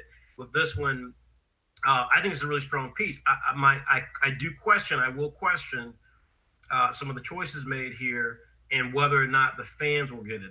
I don't want to reveal what the fan votes are, but I will say I think that there's probably some question here as to how many of the fans got this piece because I'm not sure I totally get it. I'm not sure what I'm totally seeing, but I do like it. I absolutely love the color work on the character in the foreground. I really, really love it, and I love kind of the story being told with the character in the background.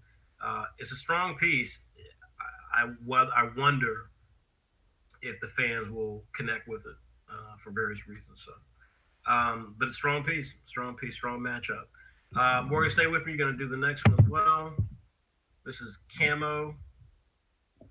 Yep. Camo versus it's going to be Camo versus Jordan Draws. This is going to be a tough one right here. This is a tough matchup. Camo 988 is from France. What do you make of this?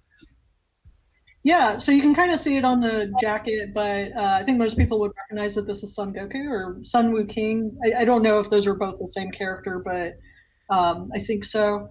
Um, yeah, no, I really liked how he was drawn. It kind of reminds me of Coterie Inks, where it's got that kind of same style with the facial features and the hands, and I don't know if um, that person's influenced by that artist at all, but no, I like this scene. I like the background. It's very simple. There's definitely this mood. The character's expression, looks really great here. I mean, it's interesting because there's not a lot going on, but at the same time, it tells a good story. We kind of get an idea of what's going on. There's not really much more that needed to be like. We don't necessarily need to see who he's texting or anything. Yeah, I know. I thought that it was really good. Yeah, I think this is a subtle piece. I think it's a really, really nice, subtle piece. To your point, there's not a ton here you're gonna fully understand, but I just think this is a beautiful illustration. Very solid, very subtle in terms of what it's depicting. Um, I love the little heart emoji coming from the phone. So it's somber, so somewhat somber. It's kind of just a moment in time. But the character is the story. The character appears in something called Journey to the West, and he's sitting at a bus terminal, I guess. And so there's a lot here that again you have to understand maybe culturally a bit of it to get it. But I do very much think this is a really cool piece. I love the rendering of the character. Uh, Camo is a super strong artist, and this is a really gorgeous piece in my opinion. This is just a lovely piece, somber, really really perfect piece. Uh, the opponent is a very strong artist as well. Jeyodin draws. And so, what do you make of this piece? Yeah, so I was not really sure if I recognized the beast in the background. I'm assuming it's either the Hydra or Cerberus, but I'm not. If it's Cerberus, I don't think it quite looks like Cerberus because it looks more like a dragon. So that's why I'm thinking the Hydra. But again, I could be wrong about I that. think the Hydra, Yeah. Um, I think the mood is really well done. I like the way that they've separated the foreground and the background. There's this real sense of scale and perspective that's there. I think some of the detail gets lost in the monster and some of the foreground. So it's unless you've got a screen that you can blow it up on, it gets a little bit again muddy. But maybe again that could be my screen. Um, I like the way that this was framed, the way that the monster is interacting with this character. Yeah, no, again, it's another interesting kind of mood piece. Not a lot of action going on in this one either.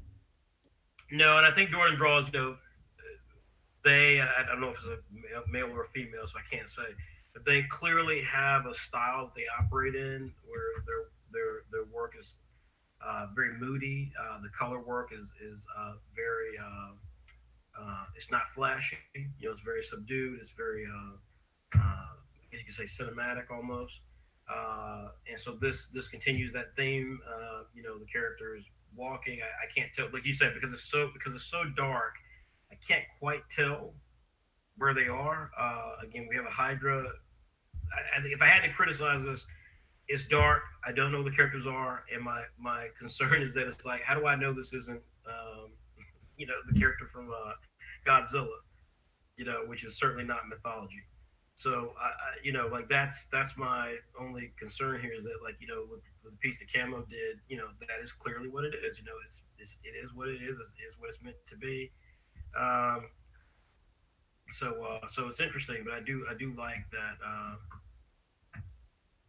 So anyway, really good stuff here. Really good stuff here. Interesting. We'll see what the fans think of it. But I think it's a really strong piece. Again, very dark. I wish maybe it was a little bit lighter, so I could make more clear what's going on. I mean, I make a car out in the distance. I don't know if this is Greece or not. I don't know. Again, I just don't know. I just don't know if this is meant to be the character from Godzilla or if this is meant to be the Hydra from mythology. But you know, if it is a character from mythology, then it's obviously brought into the present day, and it's an interesting, moody scene, very strong scene, but two strong pieces of artwork. It's interesting to see how that one shakes out. Okay, all right. So I believe next up, Mr. Jeyodin, you ready? Yep, let's do it. All right, so this one is Raheem Draws versus Sakayumi Ikanubo. So Brahim Draws. This creator, I believe, is from Iraq. What do you make of this piece? I really like a lot about this piece. Actually, it's traditionally drawn is what I'm getting at. It's markers. I wish that the blending probably could have been rendered a little bit better. Like, I mean, I'm not sure exactly what markers you're using. If you're using Inspection Noir, good job. But you can blend those markers in a little bit more. I really like the character. I'm not exactly sure what mythology creature that is. Maybe a Pegasus inside of armor. But if that's the case, then maybe their head should be a little longer, like a horse. I'm not necessarily sure exactly who it's supposed to be, but I like the armor. I like the fact that it's glowing. The fact that this is traditional is just amazing. I'm getting something from Morgan saying it's a griffin. So okay, Yeah, that's cool. I didn't know. I wish that maybe it was at a different angle to show like more dynamism. Just to make it look a little bit more like umph. I guess just have that umph in there. But overall, I like the piece. It looks nice. yeah. I think this is an interesting piece. I mean, I agree with you on perspective. I think, as I said before, choices. I think I think this is an interesting depiction of the Griffin. I think had you done it in a different direction or pose, maybe it would have stood out a bit more. Uh, it kind of all blurs together because everything is kind of bluish or some aspect of that kind of blue or gray color tone. So the yellow that's there could stand out a lot more, but it doesn't. So what could be a really interesting, like really neon yellow sort of feel in conjunction with all this other kind of, temperature, blue sort of look would have could have been really, really, sorry, could have been really dynamic. Here is kind of matter of fact, I guess. Again, it's just the choices made, but like, and I agree. The thing that the Griffin's standing on isn't the most intriguing thing. It just looks kind of like a. I mean, it's a block. It's a block, a Greek block, I'd imagine, but not really defined in any real way. There's no character to it. There's no cracks or unique aspect to the structure. So I don't know.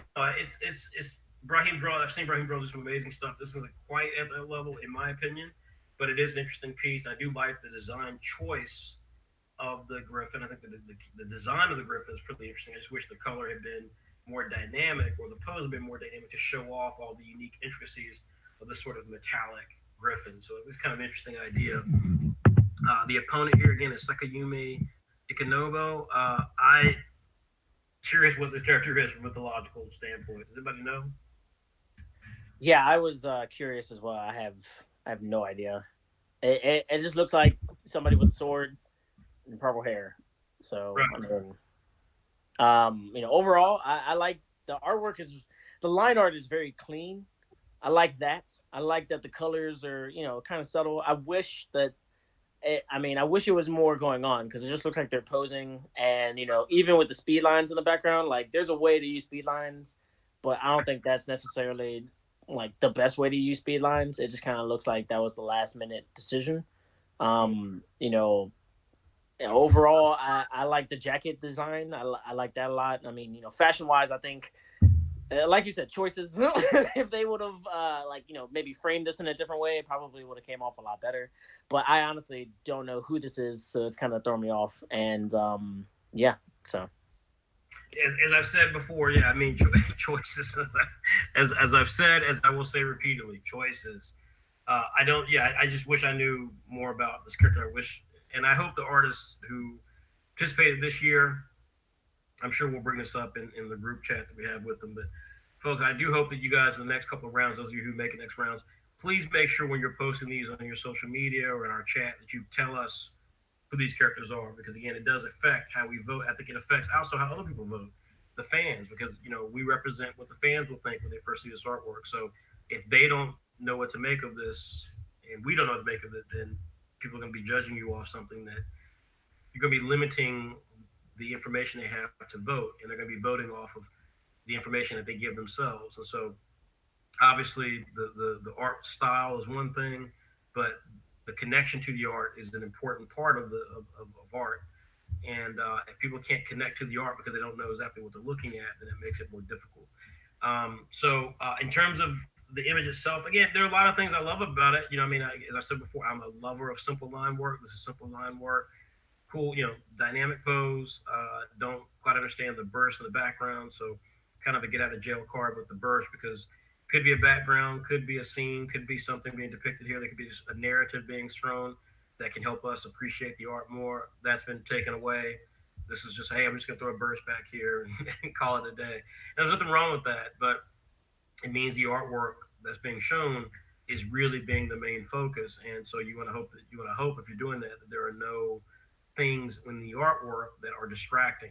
I can say there's really nothing here that's distracting. I mean, other than me not knowing what this character has to do with mythology. But I love the costume. I love the sword. I love a lot of what's here, and it's very simple. It seems very competent.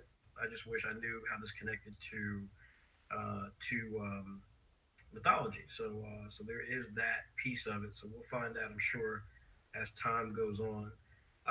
Okay, all right. So that's what we have with this. So two great matchups there. Thank you, Jay. Next up, we're gonna go to Jackie. You ready, Jackie? I am ready. All right. So next up, we have our final matchup of this team. This is the original Imani, sorry, versus Yaroshalmi Art. So I believe original Imani is from the U.S. and Yaroshalmi Art, who did such a great job last year's tournament, is from Israel. So another international pair here. I don't know who this character. Oh, I know who this character is. I take it back. I know who this character is. What do you make of this piece? Yeah, so I believe this is supposed to be Medusa, and she is skateboarding away from it looks like a Cerberus, like a three-headed canine creature. Um, Right. but I really like the storytelling here. Like she isn't using her snakes or her eyes to turn the Cerberus into stone. Like she's just skateboarding away. You know, it's very modern, and I really like that. She also looks pretty. She looks pretty badass on her skateboard, just rolling away from the monster. So I think that's really cool. Um, I really like how the artist drew the snakes. I think the snakes are very well drawn. I think the way they drew the pose and the just how her body is, I think that's really good. Um, yeah, I really like this image a lot. Looking in the background, the background's pretty simple, but the artist put a lot of effects in the foreground, so that kind of makes me want to focus on the foreground more. But yeah, I think this piece is really good. Artist did a great job.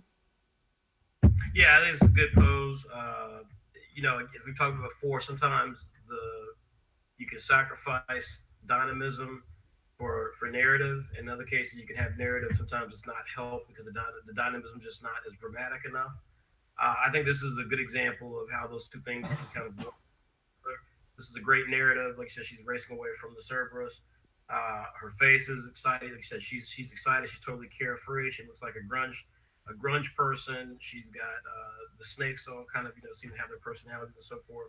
We see the velocity. We feel the speed. I think more so than Hermes' image earlier.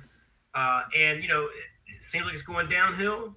The board is kind of curving a little bit. So there's some things here that just are more stylistic and dynamic than actually fitting, but it still works. It still works, and so I think that's a really important piece here is that this piece works. Everything the narrative is told, the perspective is the way it is, but it still works. It still allows you to have the narrative, allow you to have a really dynamic image, allow you to have some character development as you see the way the characters are positioned, and you still get all of it. Nothing takes you out of it because of these different pieces. So yeah, it's a really good piece. I like this a lot. I thought this was a really solid one. The opponent, again, is from Israel. It's Yerushalmi Art. He tends to work a lot in Copic markers, at the very least marker art. This, of course, is Aquaman. This is Dude Bro Aquaman from the movie. So what do you make of this? Oh, you thought it was Aquaman? Okay, well I can see that. I thought it was supposed to be Poseidon because Oh, the yeah, no, mythological you're right. element. right. You're right. It's Poseidon, but but it does look like Dude Bro Aquaman. So yeah. Yeah, it does. Yeah, like an Australian version or something. Um, but yeah, I really like how they made Poseidon like really, really like they scaled him so big compared to like that tiny little cruise ship in the wave. I think that's really interesting. Again, it's the same thing with the last artist. I think there's a really great narrative here. The story is really interesting. Um, and yeah, they did a great job of coloring. The only thing I would say is Poseidon's leg. His left leg looks like it's been kind of enlarged. I don't know what's going on there, but if you compare that to his other leg, it doesn't look quite proportioned. But I still think that the artist drew like his muscles really well. Um, so yeah, it's another great piece, and it's going to be a hard one for me to decide. Yeah, I mean, well, again, like I said, if you guys have not checked out Yerushalmi's art on Instagram, you really should. In fact, all these artists you should make sure you check out. All of them are stunning. That's why they're in the tournament. And again, Yerushalmi art just does such gorgeous work with his marker art. I'm so just it's a real pleasure to see some of these artists as a fan, much less as someone running a tournament. And I think this is one of those artists that you can really appreciate what they do. Um, so yeah, the Poseidon thing, like I said, this is, I mean, again, it's Aquaman. I don't know how anyone doesn't see Aquaman in this. This is clearly Aquaman, but it's Poseidon. But it does seem like Aquaman.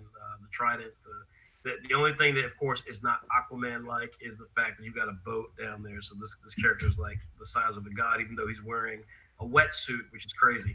Yeah, it's interesting. I mean, it's an interesting image. I can't say it's one of my favorite images from Yerushalmi art. I think the thing that kind of pulls me out a little bit is the trident, which doesn't even maintain its consistency from end to end. So you can see that all of them kind of have like a shape, a three, which is standard in trident, but they all kind of have this little this kind of prongs on each of the three ends. Kind of has like a little prong at the top, and the one on the far left doesn't. So it just kind of stands out to me. I don't know why, but like the trident doesn't feel very real. It doesn't feel like it has any weight to it. All the great perspective and dimension he provides things with his marker art. You could have really had a field day with that trident in terms of just giving it dimension and giving it depth through the shading process, and he didn't do that. It just feels kind of just stiff and lifeless. And then it doesn't have even consistency amongst the three prongs. So this is not one of my favorite Yerushalmi pieces. I think it's clever. It's not one of my favorite pieces. And again, I still question the whole Aquaman piece of it. I would have loved to have seen a Poseidon that looked more mythological, frankly. But there is humor in this. It's fun humor, and the water and waves and everything do come across really nicely. So I think this is a fun piece. Not my favorite piece that he's done, but definitely a fun piece. I'd like No to question. I'd like to add to that, me being a California girl, I really like the concept of Poseidon being a surfer and him Yeah. using kind of like the hang loose symbol. I think that's pretty cool. Yeah, he definitely does have that going on. Okay, all right. So we are now finished with Team Clock Striker. So again, that was mythological characters. Really, really great stuff from all the remaining artists in that group. So now our final group will be Team Saigami. We're going to run through that here in just a moment. But folks, remember, you can vote on what you just saw from Team Clock Striker right now. Click that purple button. Click here to vote. And as you see in the text underneath it, the entire event ends April 18th. So remember, tonight there are 32 artists participating, 30 pieces of art or 31 pieces of artwork. And then after tonight, there'll be 16 artists left. And we'll talk a little bit more about how that will be revealed and what we will do. Some changes I've made because of artists who didn't finish their artwork this week. But we will do some things here. But next week will be 16 people who then will become 8. And then the final week, which ends on April 18th, will be the final 4. The winner of each team will face off, and then there'll be a winner and a runner up. So we're heading fast and furious, folks, to the finale here. So please make sure you do your part and get your votes in now. All right. Final group, Team Saigami. It's a beautiful image of Saigami, one of our star series from creator Andrea Doni. This artwork, just like the bleeder artwork, was done by Jack Ellis, the artist of Boys Land. So I want to thank Jack Ellis for his gorgeous artwork contribution for this year's March Art Madness. Young adult fiction is a theme for Sagami. So basically, you're going to modernize young adult fiction heroes. So what does Harry Potter look like older? What does Nancy Drew look like older? What does Artemis Fowl? Light novel series that have no anime can also be used. So really interesting. We're going to see what this all comes out to. I've seen some great stuff in here, folks. So let's begin with Jeyodin. You ready, Jeyodin? Let's do it. All right. So we've got Gary Lytle versus Impy OJ. So Gary Lytle went very, very deep cut here. I'm not even sure if it constitutes young adult fiction, so we got to look at that. But he writes it in here. So what is that? I'm reading Morgan's note. I really like this image. Gary Lytle is definitely one of my faves. I like how he renders. There's a lot of detail, but it's like it's drawn traditionally. It's kind of rough, but it still like has like a uniformness. And he brought that here as well. So I like that a lot about it. I like that this whale has like, you know, nuclear missiles or whatever like strapped on him. Like, I don't know. Like I like this piece a lot. I think it's cool. I don't think that this is young adult fiction at all. You know, but overall, I like this piece. You know, the spot blacks are really cool. I like that there's only one color, which is the red eye. I think that's pretty nice. I wish that Gary Lytle would scan his images in a little bit more frequently, and you know, maybe work on the levels, because it really would have made this picture pop a lot more. But other than that, you know, I can't really say much. I like that he modernized Moby Dick. I mean, you know, I'll say that, but it's not, you know, young adult fiction. So yeah. Folks, what you don't know is that we have a little side chat. That's how I kind of direct and make sure we organize this thing as we're doing the live chat. And Morgan Walker very quickly was like, "This is not young adult fiction." And so when you hear Jay saying, "Yeah, it's not young adult fiction," folks, Jeyodin has never read Moby Dick in his life. I don't think Jeyodin even knew what Moby Dick was before we started. You hear Jeyodin? I don't think it's young adult fiction. That's because Morgan was chastising us about. No, this is a long time ago when I read this. But like, it's not Harry Potter. Moby Dick to Jeyodin was a porno. In space. I agree with you, Jay. In fact, Jay, I got to say, this is one reason I love having great artists on the chat, because we get really real feedback. You know, it's not just, oh, I think this, I think that. It's actual real feedback from artists like yourself. And I think that's such a great point you make. Such a great point you made about the scanning and about really trying to bring out your black. Like, if you're going to go black and white, you know, do a really good job of scanning your work so you can really bring out the intensity of the blacks and get the subtleties of the shading you're going for. I think so many young artists who don't really have professional art training miss that. And I could not agree with you more. Gary Lytle is also one of my favorite artists. I remember talking about him last year, about how much I loved his artwork last year. Yes, this is not going to count as young adult fiction, so we'll probably suffer a couple of points on that. But I do like, as far as the whale goes, I got to say this right now. That whale is probably one of the most Japanese things I've ever seen a non-Japanese person do. Meaning, you know, I've been into old anime here lately, old anime manga. I've been watching like Space Battleship Yamato, which is like a spaceship that's a battleship.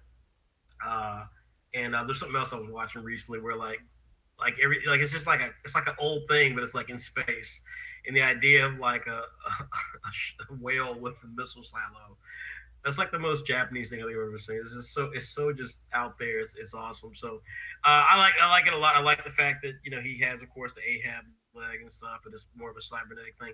I couldn't agree with you more. There's so much story here, so much narrative here that's so impressive and so thrilling that I got to really give shouts to Gary Lytle and his extraordinary talent. He's grown so much from last year, and this piece I think is indicative of that. Next up, his opponent is Impy OJ. We're going to talk about this piece.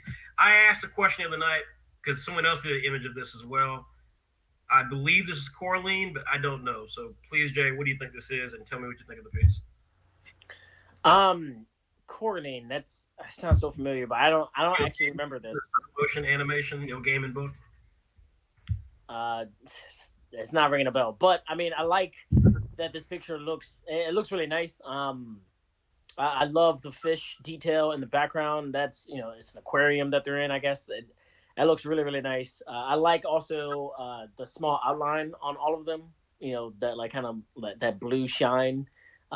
She's bringing back the shine from last year, but it's in a better way, I think, this time in this picture than it ever was last year. She's definitely improved from, if it is a she, I'm not sure if it's a she or he, but I mean they've improved substantially from last year, and I like this image a lot. I like, I think the girl in the middle, her, she probably could have, her face looks kind of, off. But other than that, I mean, I really like this image. I can't really nitpick or anything. I think it looks really cool. Yeah, I think. Yeah, I mean, first of all, I mean, I think it's the MPOJ has proven that she is able to render like really interesting images, dynamic images at that. So I think there's definitely something there to it. I do love just kind of the perspective shot of this. She's an excellent manga kind of stylist. She can really operate in that style really well. And this does have a very manga aesthetic. The lean character designs, the kind of interesting dynamic perspective, the kind of shot of them chilling. Again, I assume this is Coraline. We're gonna find out over time, I'm sure. But so it's interesting. It's a really interesting piece. I love the subtlety of the color work. We mentioned last week. I think Jay, you and I were talking about her work last week. She kind of had this haze thing that she did with her color. No, Jay, you weren't on the call last week, but she had this kind of haze thing she did in her color work from last year that she improved dramatically because last week's piece with Mega Man Zero was so fantastic. This one is far more subtle, less dynamic, less you know less stuff going on with it, but it is interesting.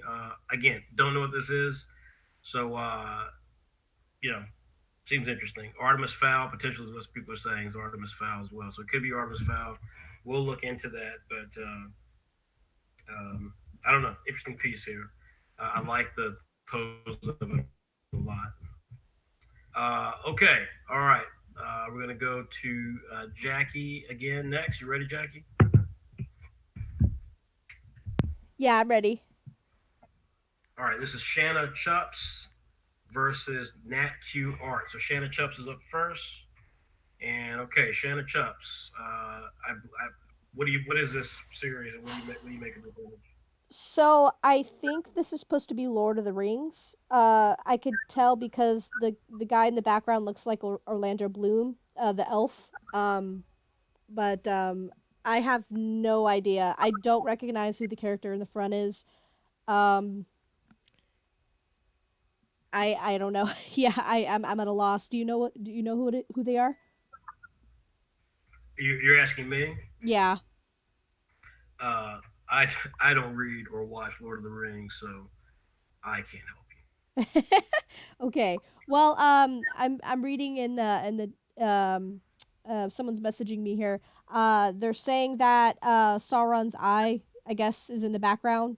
In like the cameras, up there, and then the main character in the front is Gimli.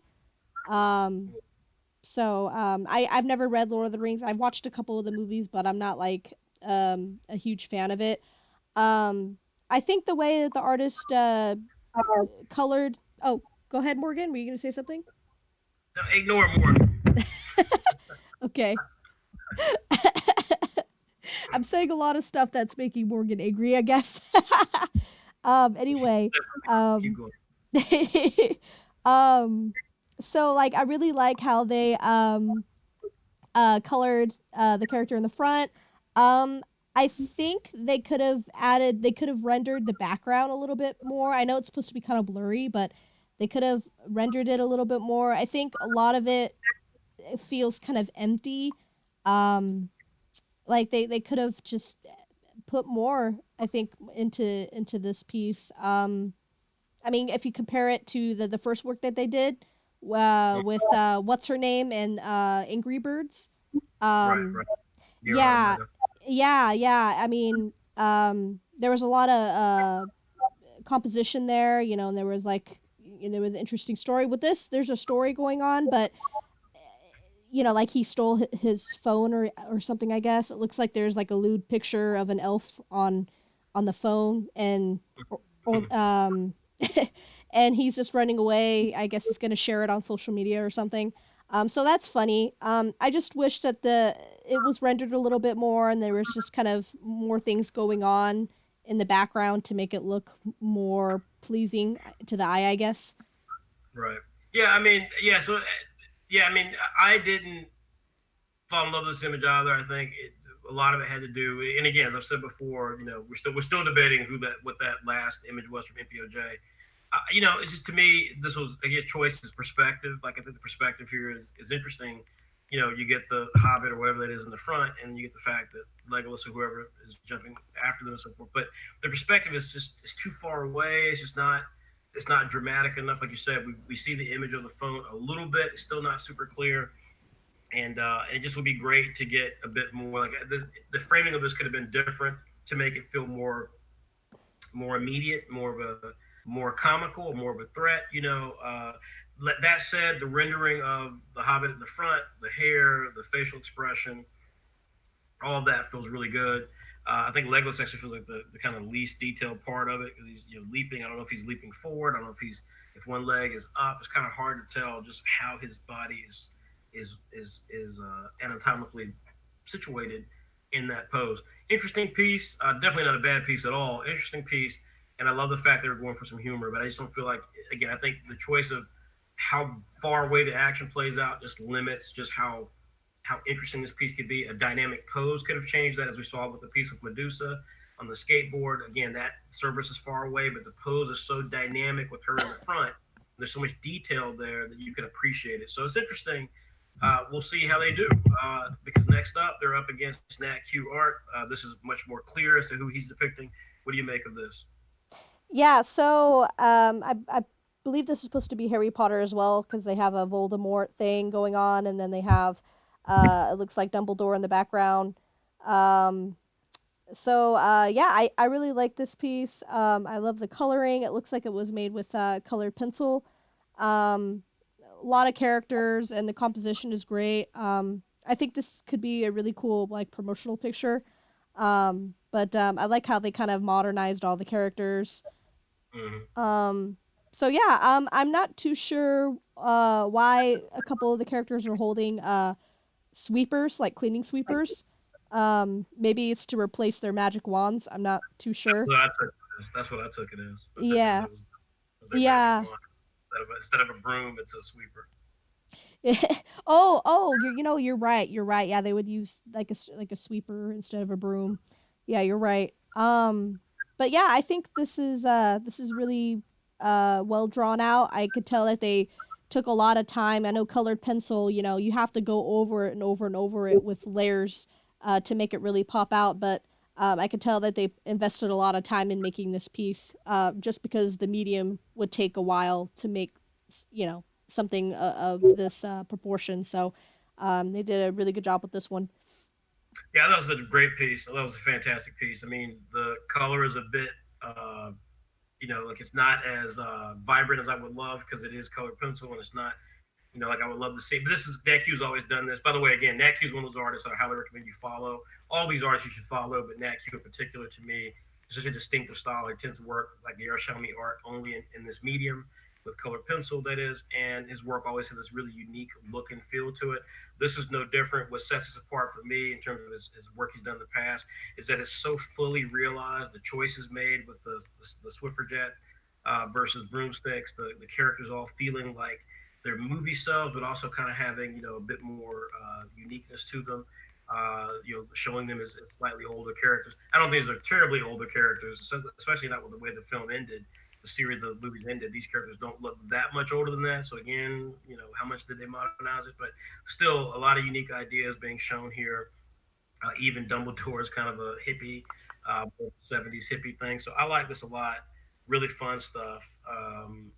Just a great piece. Just a great piece overall. All right, so we're gonna go to Morgan, and we're gonna, I believe, wrap this up with Morgan here. We got two back to back. So Morgan, you ready? Okay. Yeah, stop fighting with people on the Morgan. No, I'm sorry. All right, so my favorite subject. let's fire through these because we're running out of time. Yeah. what do you make of we got Call Me Naka versus ASHESK? What do you make of this first piece by Call Me Naka?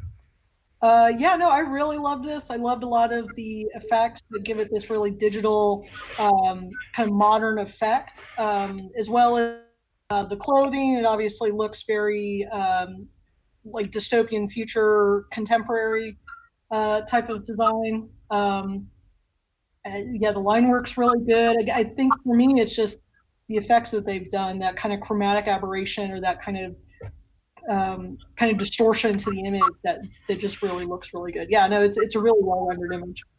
Yeah, I think this is a really, I mean, almost perfect image. Again, obviously there are some things here. I mean, the face of Ron Weasley is not great.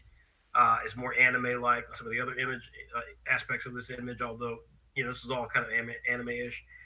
Plus, he I can't tell if he's tall or just has a long neck. Like there's some of that's just not quite working. But the flip side is that white background, folks. Again, this is when you don't use background. That white background is it's like a bright light, almost everything's kind of bathed in this whiteness. So it kind of has that stark sort of cinematic feel to it. Really, really like it. I think it's really, really interesting. Love the school uniforms as well. This is just, I thought it was a really solid piece. Don't quite know why Harry's face has the crack going all the way down. It looks like he has looks like his whole face is cracked, like he's made of stone. So that part's kind of strange to me, but really, really loved it. I thought it was really, really just a really conceptually interesting image for sure. His opponent, ASHESK, has this character who, again, I don't know whose character is meant to be. So I think the core line is because of, again, you got this kind of cat creature stuff. So I don't know what this is, but what do you mean? What do you make of this, Morgan? It did take me a long time, but I do think that this is Coraline, at least with the jacket, with her going into this other world, with the cat. But that's the problem, is that there could have been other elements that were included in this, because this almost seems synonymous with like Alice in Wonderland. It could be seen as like a lot of different stories. The outfit, I think, is the only thing that really convinces me it's Coraline. Right. Artistically, I love the coloring. I love that it's a muted palette, but the purples and the blue. It has this vibe or this light to it as she's coming through those trees. The background, again, I think there could have just been more elements to really sell what this young adult fiction was. So I think, to me, that there's just not a lot going on in the background, and yeah, that was a big problem for me. Yeah, I think I could agree with you somewhat on that. I think that I actually find the background quite interesting.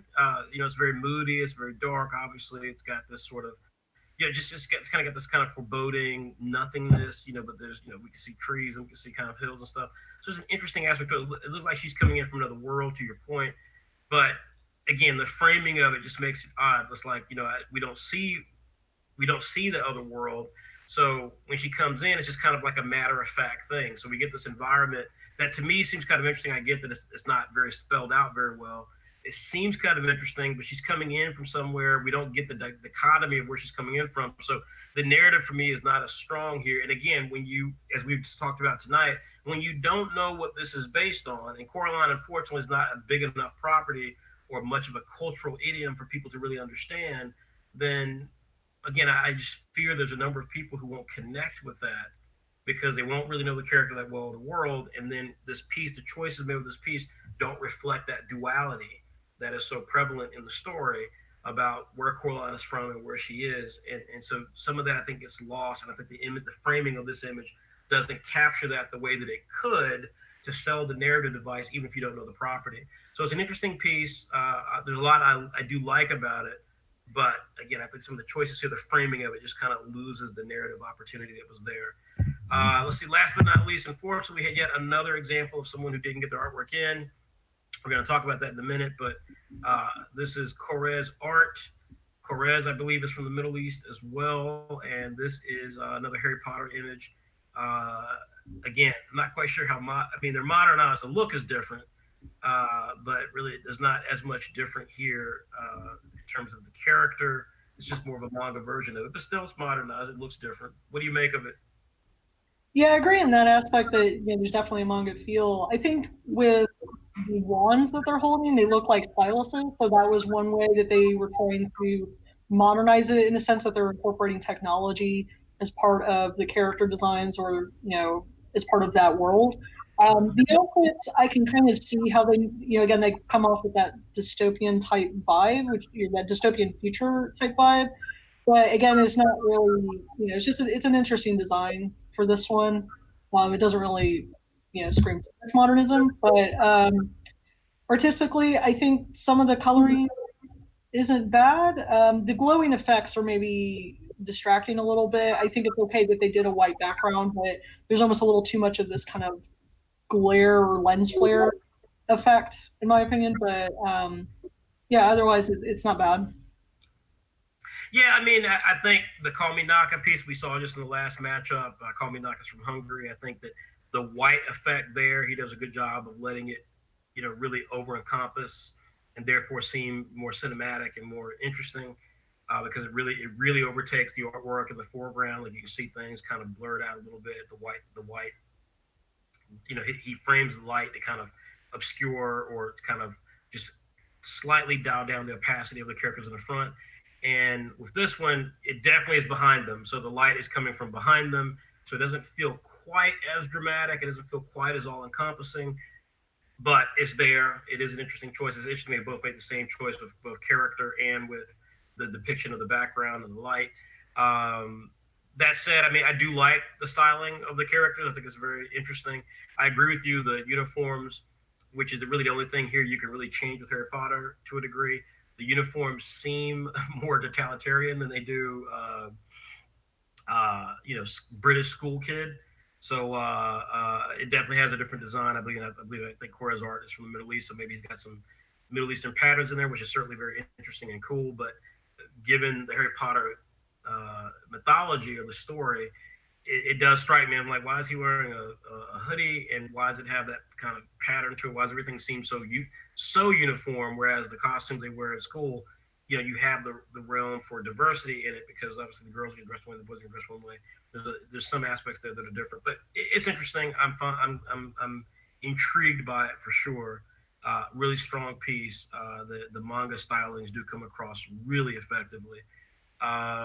Great piece. It's a shame that the competitor that they had did not get their artwork in.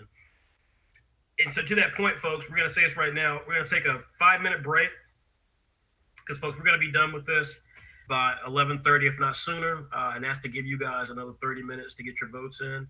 But I do want to say this: that obviously, we always feel bad when creators don't get their artwork in. It's always frustrating, because on one hand, we want everyone to participate and have a chance. And on the other hand, when artists who had maybe tough rounds in the first round get defeated, sometimes by just a few points, as happened last week and probably will happen tonight.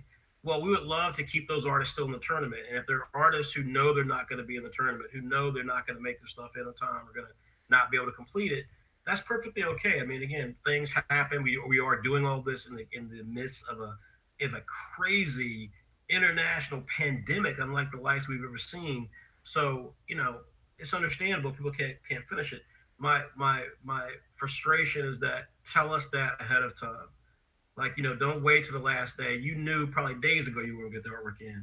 So tell us that, very early on, so that we can then give a chance to a deserving artist who can participate and who probably could have been in the tournament. Had they just had a different matchup in the first matchup, or this week's matchup, they probably would be, winning in the tournament and going to the very end. So through no fault of theirs, they were eliminated. They got a bad matchup. They didn't get enough votes. And then people who did get through, then if you determine that you can't go forward in the tournament, let us know. It's just an honorable thing to do. Let us know in advance. If you're starting to have inklings you can't go forward with this, let us know in advance, because we can then get those artists to continue participating. The fans will love it. We'll love it. They'll love it, and everyone wins. But when you do that, it really puts a damper on the opportunity for the tournament to be as strong as it could be.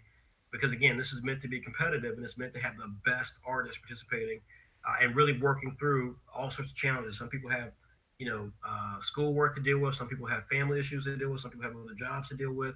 This is the real world. That's why this tournament's so unique. Is that I remember the first week we had people who were asking about, well, man, I thought we would have a whole week to do artwork. Well, folks, That's not the way deadlines work. You don't have a whole week to do anything sometimes. It's not about having the perfect scenario. It's about having to work under pressure. That's what makes this tournament so special. Is that all the artists have to work under pressure. Keep in mind, when we announce the themes tomorrow on Monday, it's going to be Tuesday for some artists. So they're going to already lose a day. So again, always be thinking to yourself, that everyone's got it tough. There's nothing special about you. And if you're not able to go forward, please let us and let your fellow artists know in advance so that we can then try to help keep the tournament exciting by having other compelling artists participate. And we're going to try to remedy some of that tonight, because again, inevitably there will be people who don't get their work in on time, or who don't who fail to who fail to let us know they're going to participate until the very end, as happened this week. And if that happens, then we can have a backup, and we're going to be talking about that tonight. So we're going to take 5 minutes. I want my team to go and get yourself prepped. And when we come back 5 minutes later, we will give our rundown of votes for each of these categories. And then the rest of you will still have 30 minutes to go vote and make your case for why the artist you believe should go forward should go forward. So, with that said, I will get you prepped here, folks, with another great image here. Look at that, Clip Studio Paint. I want you guys to pay attention to Clip Studio Paint while we chat offline. So take us 5 minutes, folks.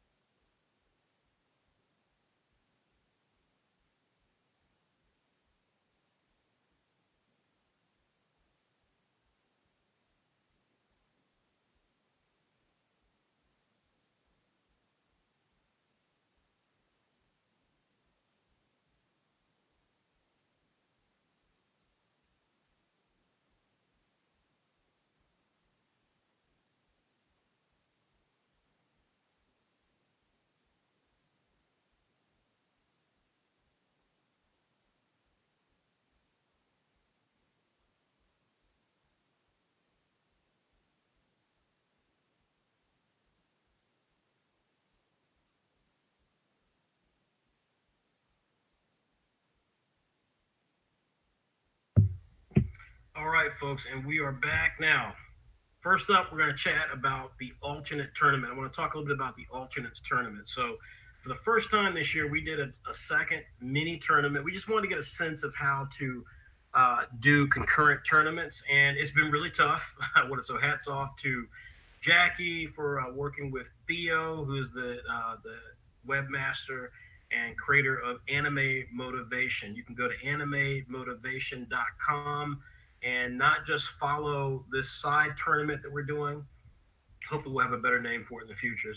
Right now, it's just called Anime Motivation. I'm sorry, it's called March Art Madness 2020 Alternates. Hopefully, we'll have a better name for it. But what you can see here, of course, is that this is, of course, a fantastic image by, of course, the great Jeyodin, featuring Master Multiplayer World of Ghosts and his character Hammer. And again, the prize here is $50, so not as big as our existing tournament. But you can see here we have three groups. They're called Team MWOG for Master Multiplayer World of Ghosts, Team Soulbeat, and Team Hammer. Now, these are for all generated by different artists. In fact, one was generated by the great Morgan Walker, who's on this call right now. Jeyodin, of course, just did the Hammer artwork, who's on the call right now. And then Morgan's characters, Dante from Soulbeat, with the big afro there in the middle, was actually created by Jack Ellis, the creator of co-creator artist of Boys Land, which is a series that runs on Saturday AM. So some great character art, great teams here, different teams. And then you can see the artwork here. So these are some all great images. We had the themes were anime supporting character, anime gender bending, and anime supervillains.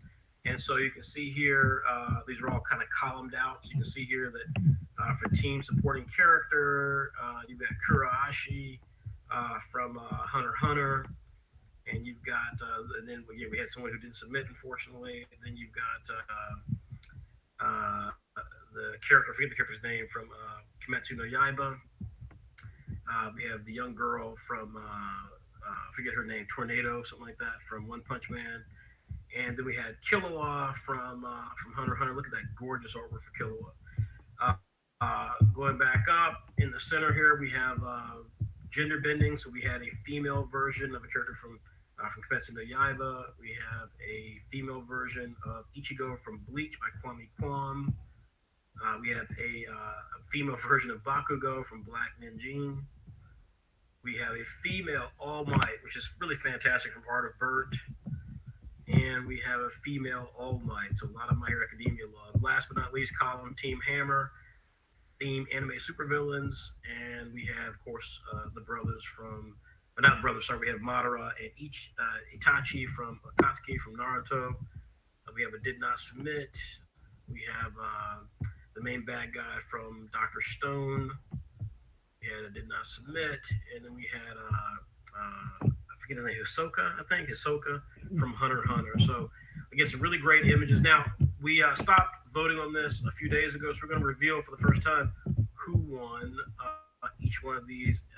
And, folks, what makes this tournament different is that you don't get eliminated. In fact, we're going to be adding people to it for the following round, which will happen later this week. But what you do is you accrue points, and those points will matter at the end, because who has all the points makes all the difference in the world. So let us let's look at who won this round. So I'm looking at the stats right here. So let's see here, we'll pull it up here. All right. So first off, when we look at this extraordinary artwork here, the highest placed image in round one for Team MWOG is Lee Chingu, who did the gorgeous piece here from Hunter x Hunter. So you can see right here. And folks, if you go to the page, you can click on it. You get the images brought right up there. Look at that. Absolutely gorgeous. Absolutely gorgeous. So this rightfully won first place in Team MWOG. We'll post the follow-up winners who got the second place and all that stuff for this week. We'll post all of that information tomorrow on our website. Next up, we have Team Soulbeat, and the overall winner of this one, just by a hair, was New Raymond. So New Raymond won this one, and New Raymond is sorry, it's team. This is Team Hammer. So New Raymond won Team Hammer, and I mean by a hair. They won by literally 2 votes. So New Raymond 98 wins Team Hammer's week for the Ultimate Tournament. Just to be clear, this image came in second place, Amari 310. And then for Team Soulbeat, which was in the center here, the winner of that was let's see. The winner of that one is by quite a landslide is Art of Bert, and Art of Bert had the absolutely gorgeous All Might female All Might image. So here you go, right here. You can see again, just fantastic looking. Look at that. Great work, great draftsmanship, some fantastic muscle definition. Just a really, really, really solid image. Fantastic image. All right. So again, we'll be adding members to this tournament next week, which will begin this week. This coming week, I think we'll be announcing the new themes and stuff on Tuesday. This only will have 3 rounds in it, and so you got to accrue all the points you can. The 3rd round we'll make a big deal about with judges and so forth. So we'll have a very special show just dedicated to the tournament for alternates on anime motivation, and the winner, of course, will receive $50 PayPal to them. So really excited about this tournament. Again, if you want to get fantastic anime news, folks, manga news with a real perspective, real diverse perspective, go to animemotivation.com, animemotivation.com. And of course, there you can not only check out great news and articles, you can also check out our brand new March Art Madness Alternates Tournament for 2020, our very first ever, and we think we got great things coming for this tournament. Please go check out the artwork there and support this website and support that tournament. All right. Clip Studio Paint is, again, one of our sponsors. And folks, again, I got to tell you, you want to get Clip Studio Paint. If you are trying to build your own manga, you need to have the best software possible. This thing is fully featured. It's relatively inexpensive. You're not going to have to go out and get paper and pens and markers and so forth. If you don't want to work traditional, if you don't want to go through the hassle of traditional, which some people don't. We love to have artists who are multidisciplined at Saturday AM, but we understand when artists just want to choose the best method for them and their budget. And digital, of course, is that. And again, when you got the flexibility the Clip Studio Paint offers in terms of its feature set and the flexibility that they offer in terms of the platform. That's very important, folks. You may get an iPad through this tournament for March Art Madness. So you have the opportunity to use Clip Studio Paint on your iPad, on your laptop, on your desktop. You can't beat that. Clip Studio Paint. Hit the link on our website or go to clipstudio.net and find out more information for yourself. A fantastic suite of art software tools for serious manga comic creators. Check it out. All right, let us now reveal our votes, which is in no way going to be the only votes that matter. Your votes matter. But let's go right back to the top here with round 2, starting with Team Apple Black. We're just going to run straight down. It's going to be very quick, no editorializing. Let's get to it. So, with that being said, first up we have Jarg Art versus Oblivious 334. Just going to go down the list. Tell me your vote. Morgan, how did you vote? Oblivious. Jay, how did you vote? Jay, how did you vote? Oh, I'm sorry. I thought you said Jackie. Jarg Art. I said Jay. Jackie, how did you vote? Oblivious. That's Oblivious for me as well. So 3 Oblivious, 1 Jarg Art. Next up, we have 40 Fingers versus Studio Hero. Morgan, how did you vote? 40 Fingers. Jay, how did you vote? 40 Fingers. Jackie, how did you vote? Studio Hero. I voted for 40 Fingers. Jackie being the outlier. 3 for 40 Fingers, 1 for Studio Hero. Next up, we have Artist Alway versus Kitsune Ren Art. This is going to be a tough one. Morgan, how did you vote? Artist Alway. Jay, how did you vote? Artist Alway. Jackie, how did you vote? Artist Alway. I voted for Kitsune Ren Art. So I'm the outlier. 1 for Kitsune Ren Art, 3 for Artist Always. Next up, we have Harakami Art versus Quick Draw Chev. Morgan, how did you vote? Harakami art. Jay, how did you vote? Harakami art. Jackie, how did you vote? Harakami art. I voted for Harakami Art as well. Clean sweep. Next up, Team Bully Eater. It was all about anime. You had to time skip your favorite anime, turn teenagers into adults, adults into elderly. Let us begin. First up, Gideon Akur versus FS Art. Morgan, how did you vote? FS art. Jay, how did you vote? FS art. Jackie, how did you vote? FS art. FSR for me as well. Clean sweep for FS Art. Next up, Tokyo McFly versus Oak and Oats. Morgan, how did you vote? Oak and Oats. Jay, how did you vote? Oak and Oats. Jackie, how did you vote? Oak and Oats as well. Oak and Oats for me as well. Clean sweep for Oak and Oats. Epsilon Art versus Mystic Knight 13. Morgan, how did you vote? Mystic Knight.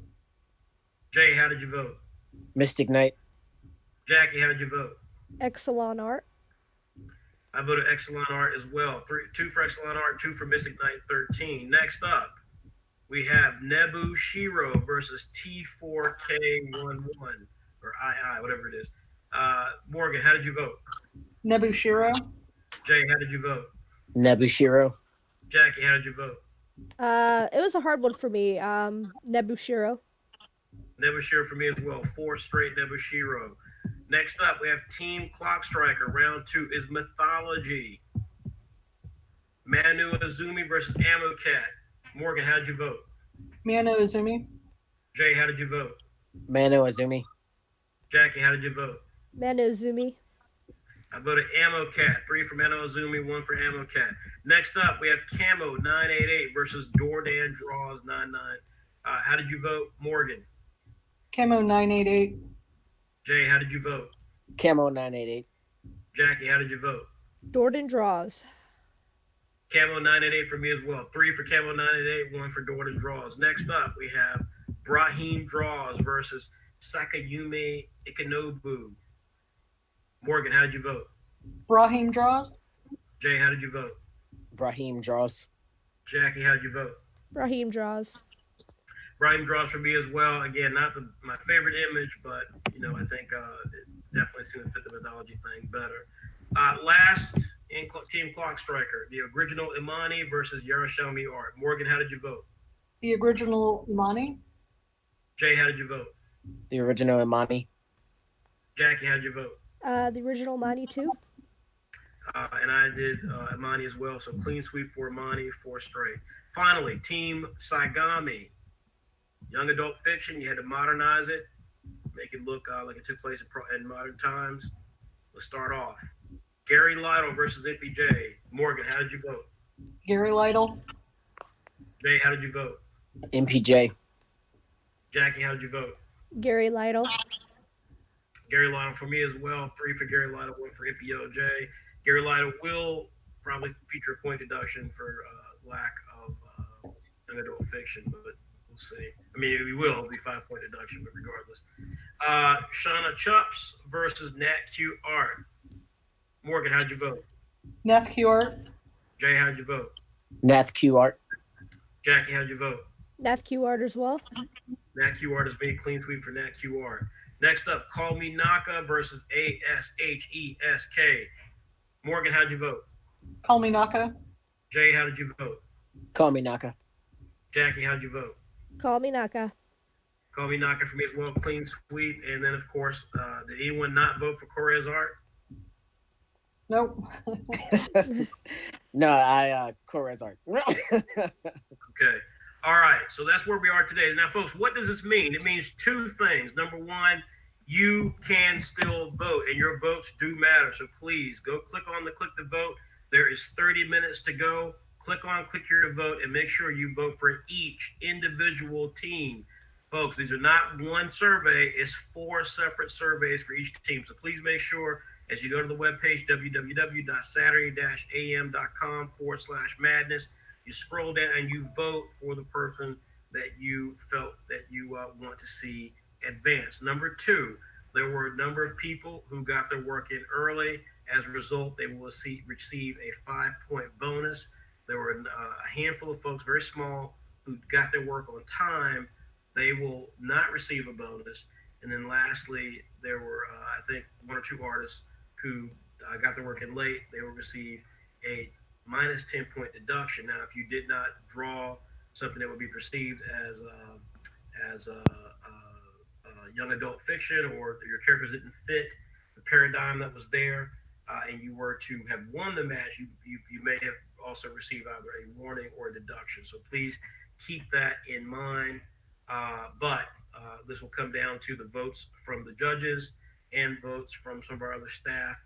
All of those will be tabulated and displayed tomorrow on the same webpage, www.saturday-am.com/madness.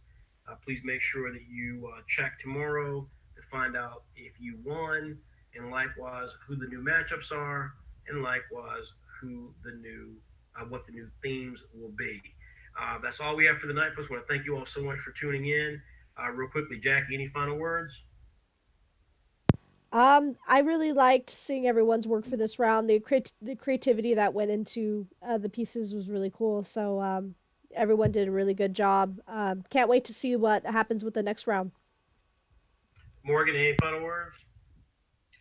Nope, it's another great second round of March Art Madness. Looking forward to next week. Jay, any final words?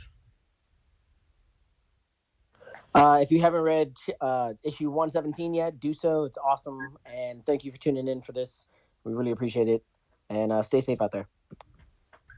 Excellent comments. Folks, you can check out the previous March Art Madness as well on the March Art Madness page. Please make sure you do that.